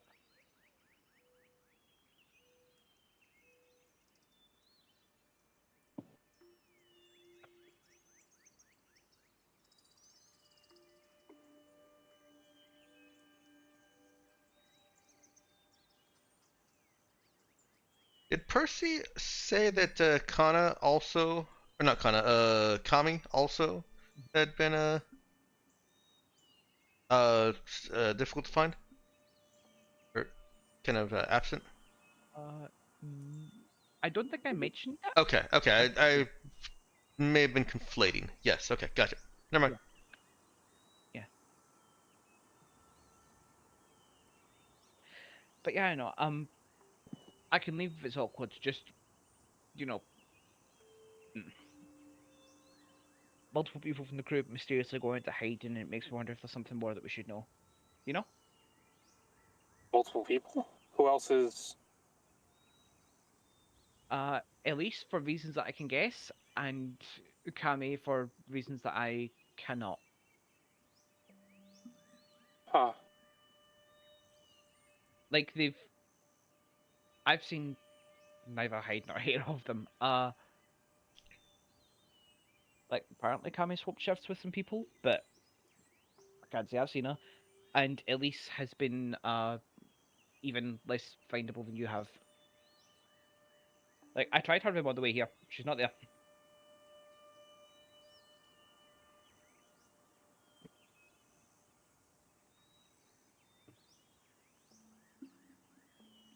Huh.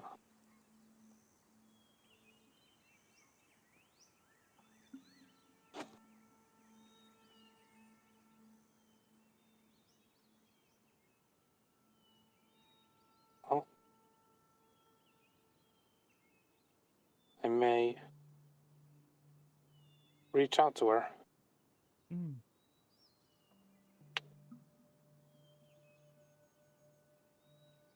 Or maybe not. It's not my business. But It's somebody else who gets it, if nothing else. Maybe. I don't know. I have no idea, like I say, but.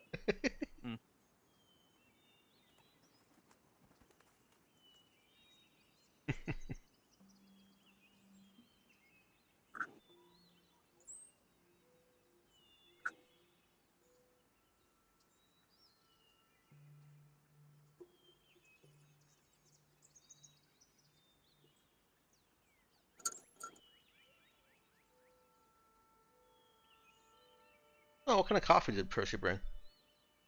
Uh,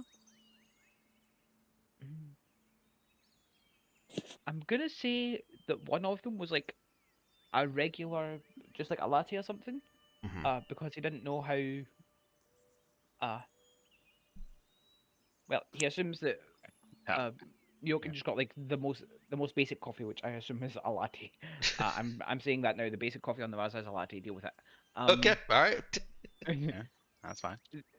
Doug the probably likes other a good one, latte. the other one is a caramel swirl with milk foam. Oh. That was the one that he had intended for himself. I think when Vacant got a coffee, she just put coffee grinds and hot water into a cup. There you go then. Oh See, that's no. already a step up. But it was hot water, right? It was hot water, but Okay, good. hot water and coffee grinds. Yeah. Could have been worse. Oh dear.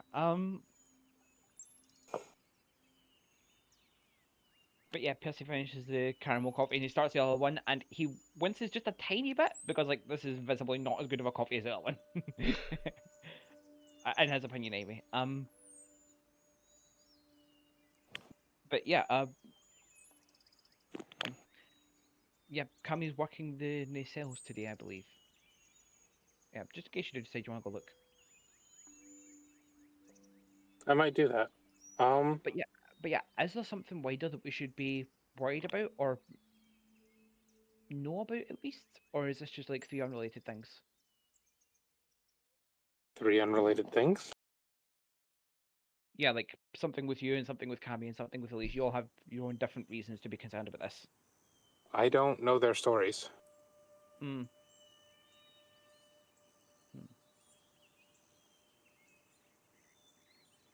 Yeah, but you know whether it was like something unique to you that happened to you or something broader and institutional, I don't know. I'm a deserter. I'm a military deserter. That's my story. Okay. Okay.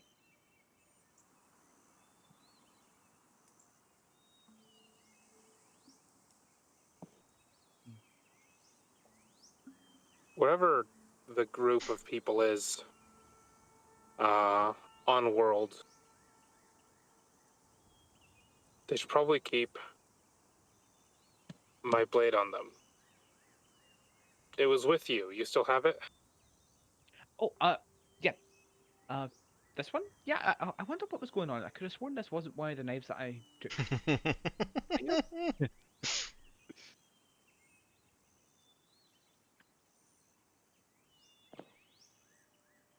I can move to it and take you all out. Well, that sounds Doesn't threatening. matter where. Yeah, I say I don't know if I'd say take you out to Percy. I might think that that's a threat. Extract you all. Huh. Not what I expected when I looked at a different knife. Okay. Okay. I mean, that's good to know. That is good to know. I'll just hang on to it then, and he reaches knife from his belt. I'll hang on to it because, like, they value like the whole strength and military honor and appearance and having lots of strong people with lots of big weapons, etc. So I'm probably going to be there for whatever goes on. So I'll hang on to it. Yep. And then when we're on the way out, I will, yeah, come give you it back. Yep. Just what Right, is it? yeah, no, right, A yeah, text, a message. I don't know what the fastest, what the instant communication is called in Stars. That text is DM. fine. It's a Okay, what? that's Text, that's fine. Okay. Yeah. Anything faster than an email, and I'll come and take everyone out. Yeah. Shit, I probably should have got the ghost talker, shouldn't I? In the space future, we mostly use semaphore again. No.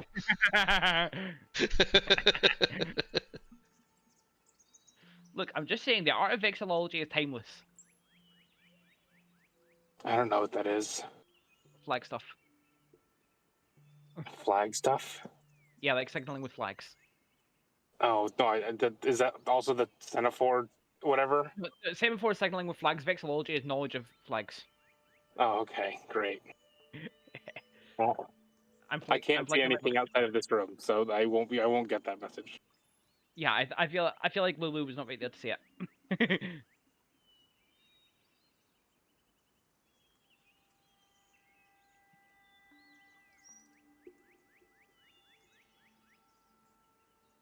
Alright, well, does... Yeah, Sorry, Percy go sort of like starts a little bit, like, right, yeah, I've kept you busy. If you see Elise, let her know that we're wondering where the hell she went.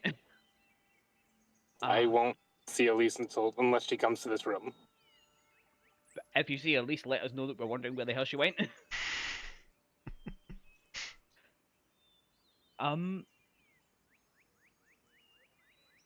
And yeah, catch you later. Look after yourself. And remember that if it that is as safe as we can make it to walk around the ship. I mean, not that you really walk so much as teleport, but sorry, I'm being weird. I walk. Bye. I mostly walk.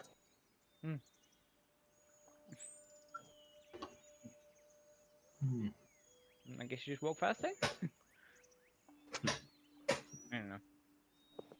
Probably to observers of people moving about the ship, Das looks more like a teleporter than Kanna. Yeah, probably. Yeah, true. True. Because it's like, hang on, there's only one corridor in here and I haven't seen you go through it. How are you in it?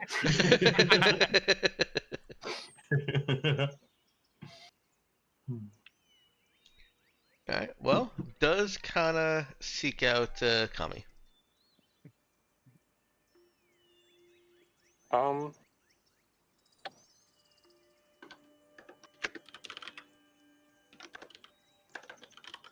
Kanna will send a message through the grapevine at Kamie. That if she needs to talk, she can come to the room. Or hide out. Yeah. The secret base.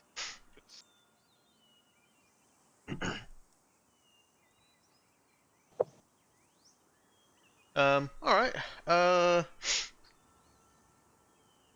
You know what? Let's randomize this a little bit. Where is my Oh boy, gambling. gambling? I do love some gambling. And the action. Okay, alright, neutral.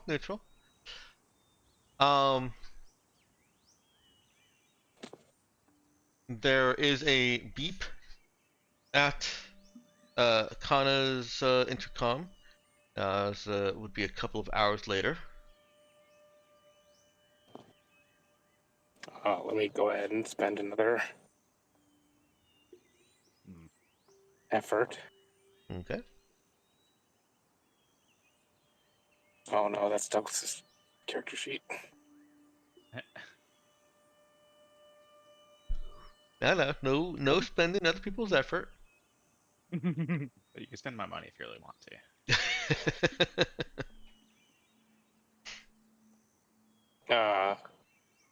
Yeah, if you have the character sheet open and you're on mobile, if you click on the character sheet, it'll open whatever's behind the character sheet. Yeah.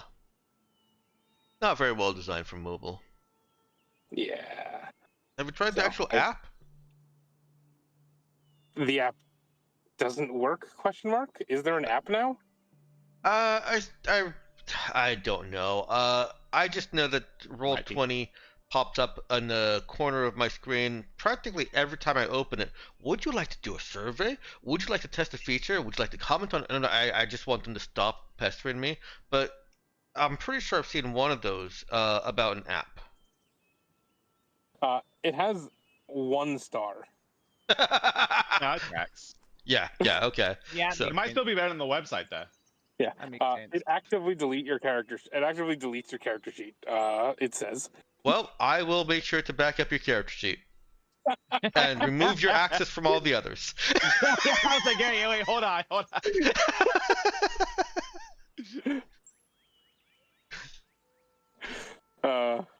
Alright, intercom beat. But yeah, no, the door unlocks, and Kamie's asked to come in. Alright. Kamie strides in tentatively and quietly, looks around, and fixes her gaze on Kanna. You wanted to see me, sir?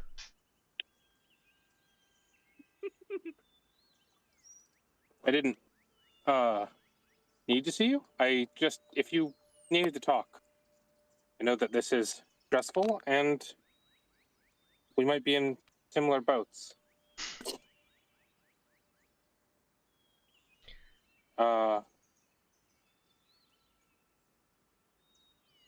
But that was it. Just offering an ear and some tea. Cultural identity. There's a pause of silence. A silence from Kamie before she responds. Tea would be nice. And Kanna will make some tea.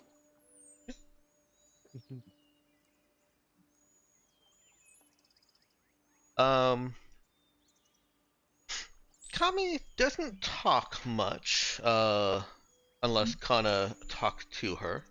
Happy to just sit and drink tea.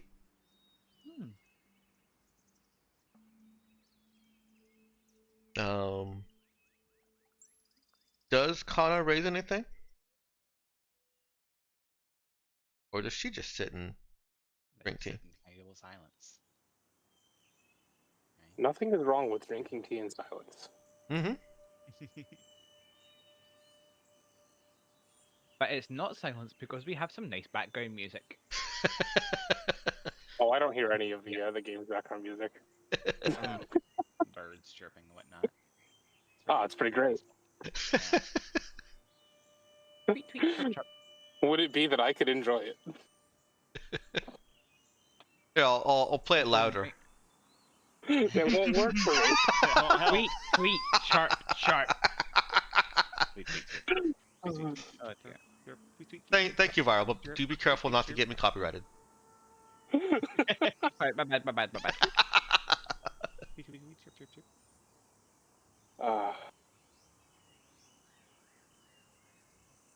Yeah, no, if Kanna doesn't broach anything, if Kanna just is also content to drink tea in silence, then Kamie does so, and she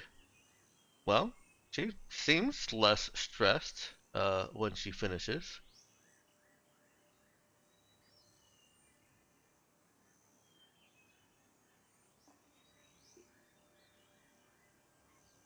Bonding complete. Right, social link up. Yeah, she stands up, bows, and thank you. I enjoyed this. You're welcome back anytime.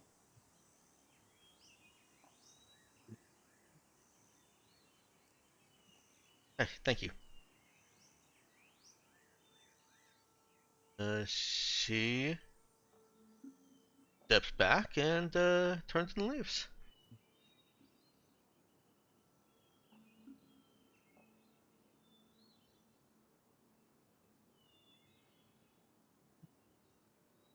Sorry, the Kamie scene is not quite as exciting as the Percy scene, but that is definitely a sense of her personality there.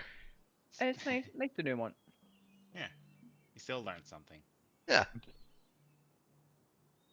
And I do think that that is a nice way to cap the session. But I don't want to end without catching if there are any other questions or clarifications that any of you want regarding what you've learned from Mir. Does anyone else have anything else to ask? I'm not sure I have any further ideas. Yes, I do have a question for later. My question is, can we get like a written recap so that we can chew over all this information during the week? Please, please, I'm Yeah. begging you, please. I have been writing a message. I will send it now, which may be Good. what you're wanting. I don't know. There might be. I think there's definitely bits in that info thing that aren't in that message, but Yeah, that's at least one topic of the info thing. So. Yeah. And his, I mean, he was pretty passive. Well, let me see. The last thing I was like about being, oh, it's impossible to stop the whole black ships thing, right? I did mean to quit back like, oh, just like it's impossible for the whole thing to reset. Yeah, he's given clear indications. He just doesn't believe that. Yeah. Oh, I guess it's fair. But... He has his idea of what is going to happen, and what you're telling him is pure fantasy.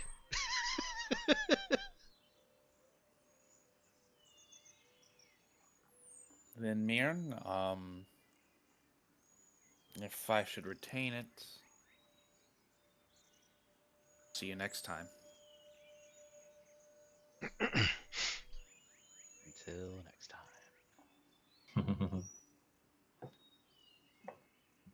Yeah, it's like he might not believe this time. He'll definitely believe next time when Creed comes back and is like, "Oh, Mir, you again? Hi." Yeah, it's hard to prove it this time. I don't have that. Yeah. Well, I mean, I guess we do know that some of the stuff that I didn't acquire, but that's not. We do, but we don't know anything that isn't personally connected to him. Yeah. Or we don't know anything personally connected to him that would really persuade him. But that's fine. Elder, thank you for your time. Is there anything I don't everything that's we've said here has been enlightening. But before I go, is there anything else you want me to know? I'm asking God, what's her name? Not Mir.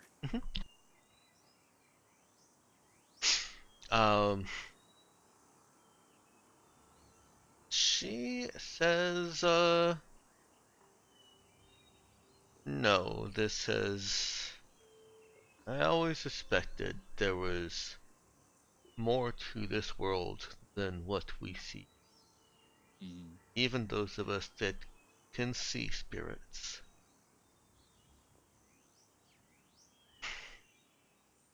That's certainly true.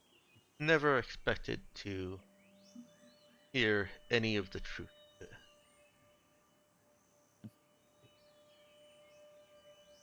Then I'm glad you can, even if only for a moment.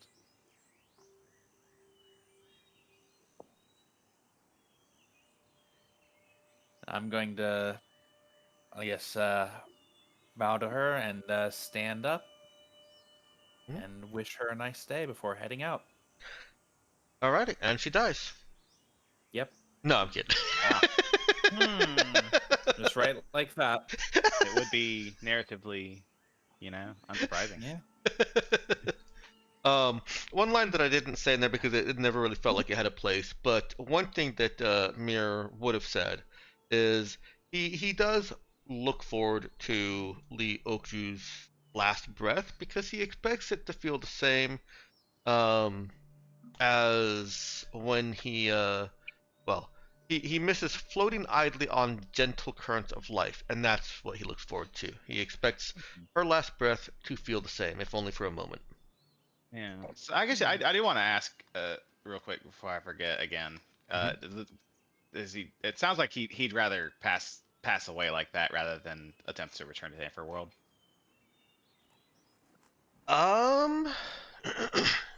Because I mean, just idly asking. I mean, maybe that's. Or is it just something that hadn't even occurred to him? Well, he seems resigned to the death. And you know that Prue and Rule have been looking forward to returning, but they're also not bonded. They're just possessing a husk. Right. Yeah, their only resort is return to the Everworld directly. I don't think you've had enough experience, and it hasn't come across from Mir, to know whether bonded can leave their host after bonding. Oh, right. I guess I kind of assumed they could, but yeah, I guess I was extrapolating that from Ruin Pool. Yeah. And I don't mind telling you because you're going to find out anyways. No, he can't. Okay. Well, then I probably shouldn't bring it up then. Dangle this in front of you, and then, all right, never mind, you can't do that. Yeah. Theoretically, if the veil between Infraworld and real space was so thin here that entities were slipping through, he quite possibly, if he wasn't bonded, could have already left. Mm-hmm.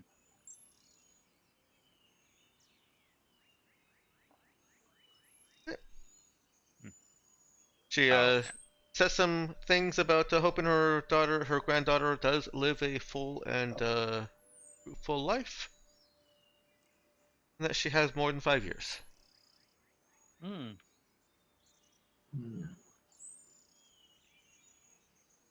Did we? Are you gonna try and kidnap her now? No. The granddaughter, not the grandmother, obviously. Yeah. And if she wants to, actually, I mean, yeah, I mean, if she wants to come with, we can ask her. I mean, it could be pretty useful to have Mir on board. He does seem to actually know more than most entities. I don't think we can get Mir on board. I think this. I don't believe this old lady is going to last long enough to be useful for us. I don't know. Riley could probably cook up something. All right, and with that, kidnap her, put her on life support. I know what you're telling to Tajimashiro, and I will have his response to your counter proposal next session. Cool. And still haven't talked about his memories. You still haven't. And now I'm starting to think that's for the best.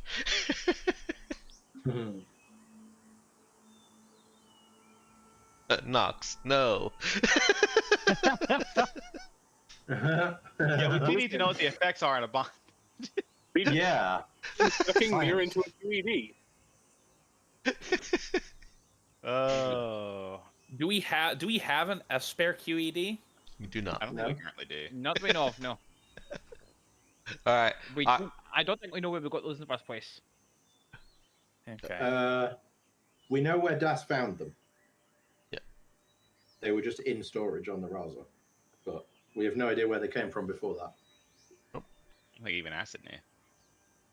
I am going to bring up the review card. And I do apologize, Viral and Nox. There were several moments there where I thought, I need to switch the camera. But there was a lot of excitement going on. I'm sorry. Yeah, no, it's okay, but it was quite long, yeah. It was quite long, yes. Yeah. Yeah, I apologize for taking up so much time there. I was getting all into it. Well, to make it to add a cherry on top for everyone, it will be worth a bonus XP. Nice. Yeah.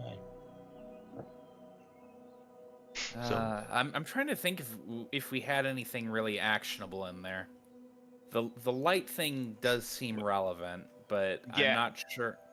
We gained new possibilities for unethical experiments. Yeah. And ethical ones. Meh.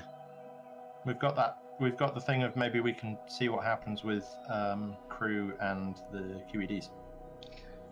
See if they show up as like we would expect, as crew would expect a person to show up with the presence. I am trying to think though. So, Mir certainly believed that the only way to deal with this particular problem is by just destroying the entities and pushing them out. We know that the entities slip over with memory, so actually doing that is functionally impossible. At least, unless we go back in time and genetically engineer humanity to all be born without eyes forever. Which we could Wait. do. Yeah, you do have 8,000 years for that. Yeah.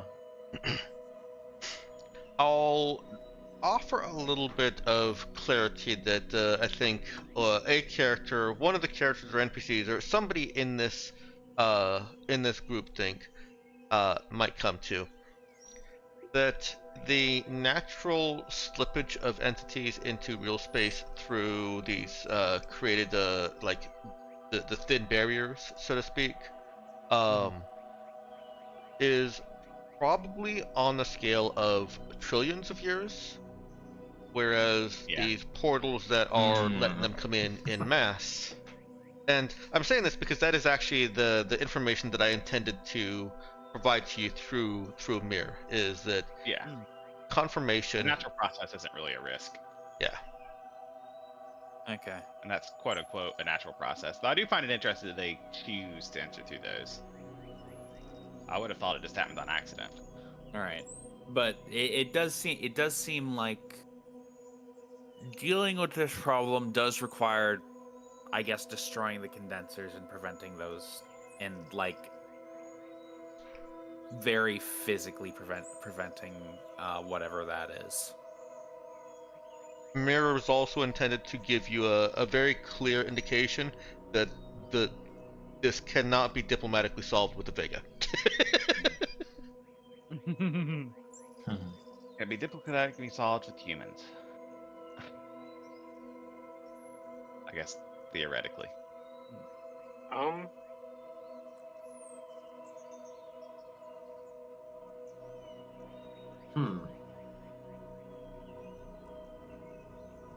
There is one third thing that this the mirror exchange was intended to convey, but I'm curious to hear what the and the whom were first. Mine is more of a thing I've realized that the characters wouldn't have a way of knowing. That seems odd, and I'm not sure how it fits in. So that can wait. Okay. I'm still working through mine. Okay. What was the third thing you meant to convey there, Dex? The third thing I intended for this exchange to convey was basically the springboard, provide to you in character a springboard from which your characters can decide to form organization going forward to combat this. Because I know that you all want to go to the second part.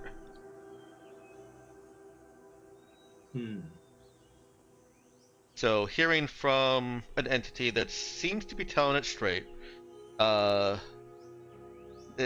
the mechanism is, simply existence of too many entities. And you knowing what allows entities to slip through more freely, but not knowing where all of that is, does this... And also, And also, yeah. And I was going to say also not having the means to actually address that yet. Especially as a single ship out there. I guess that would be the short of it, is it's a problem bigger than the Raza. Does the Raza now step up and expand?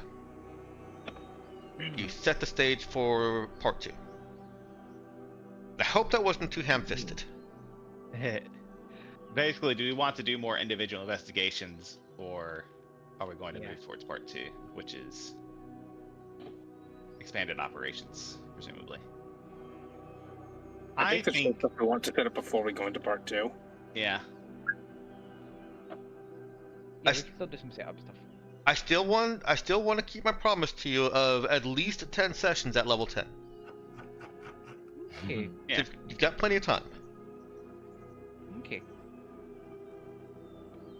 I want you to have fun with your final toys.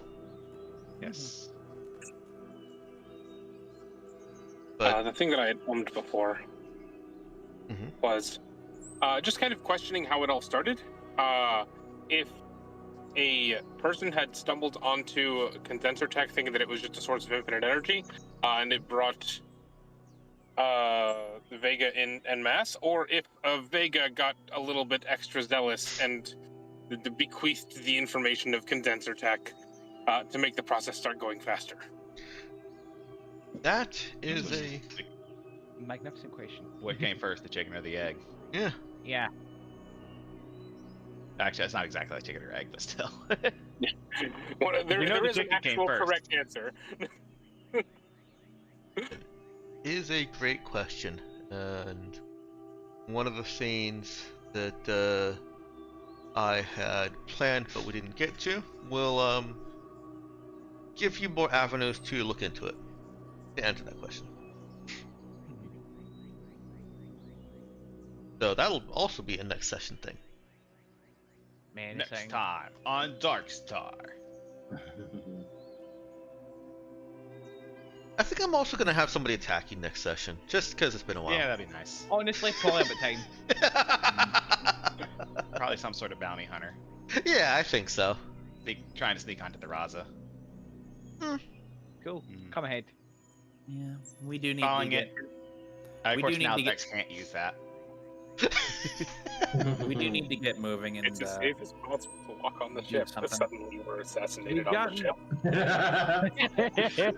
Yeah. I will shoot the assassin to prove that it is safe on the ship. Bang bang.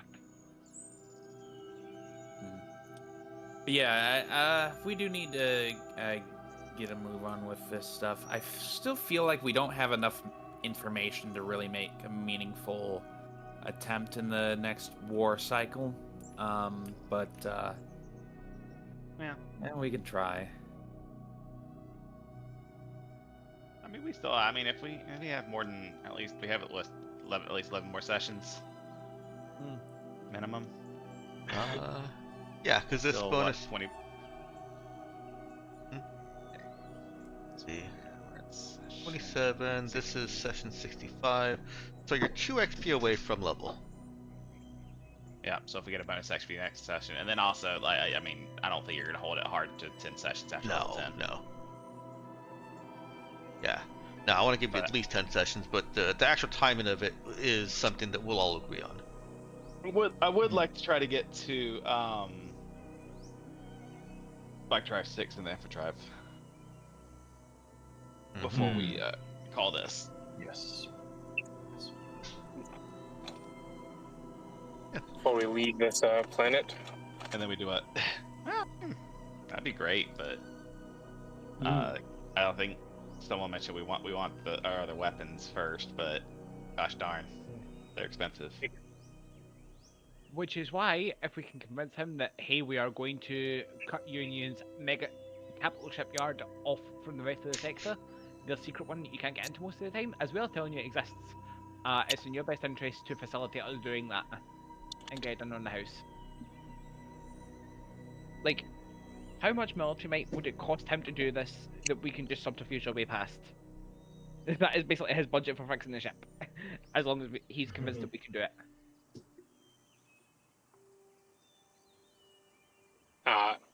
To make an argument for guns after Drive 6, we can do the merchanting thing really stupidly quickly with a Drive 6. We become the primo courier service and primo transportation thing in like the sector. That's true, actually. Yeah, that's true. We totally could do that. Just like, hey, we bring an aura of danger to protecting your parcel. Anyways, here it is, like 2 weeks before anyone else would think it possible to do. Yeah. No, I it's mean- like everyone else is quoting times, and it's like, oh, we can get it there in 14 days, and we can get it there in 21, and we can get it there in 18, and we just show up and say like 26 hours. Yeah, like if we get the infra drive, you can just go there instantly across the entire sector, like like 5 minutes. Yeah. Yeah, but like everyone else is quoting, oh, it's it's gonna be this many days, and we're just like, same number, but it's hours. Guaranteed same day delivery. Yeah, same day delivery on the other end of the sector. Yeah. Gonna go ahead and end the recording stream. See you, Future Dicks.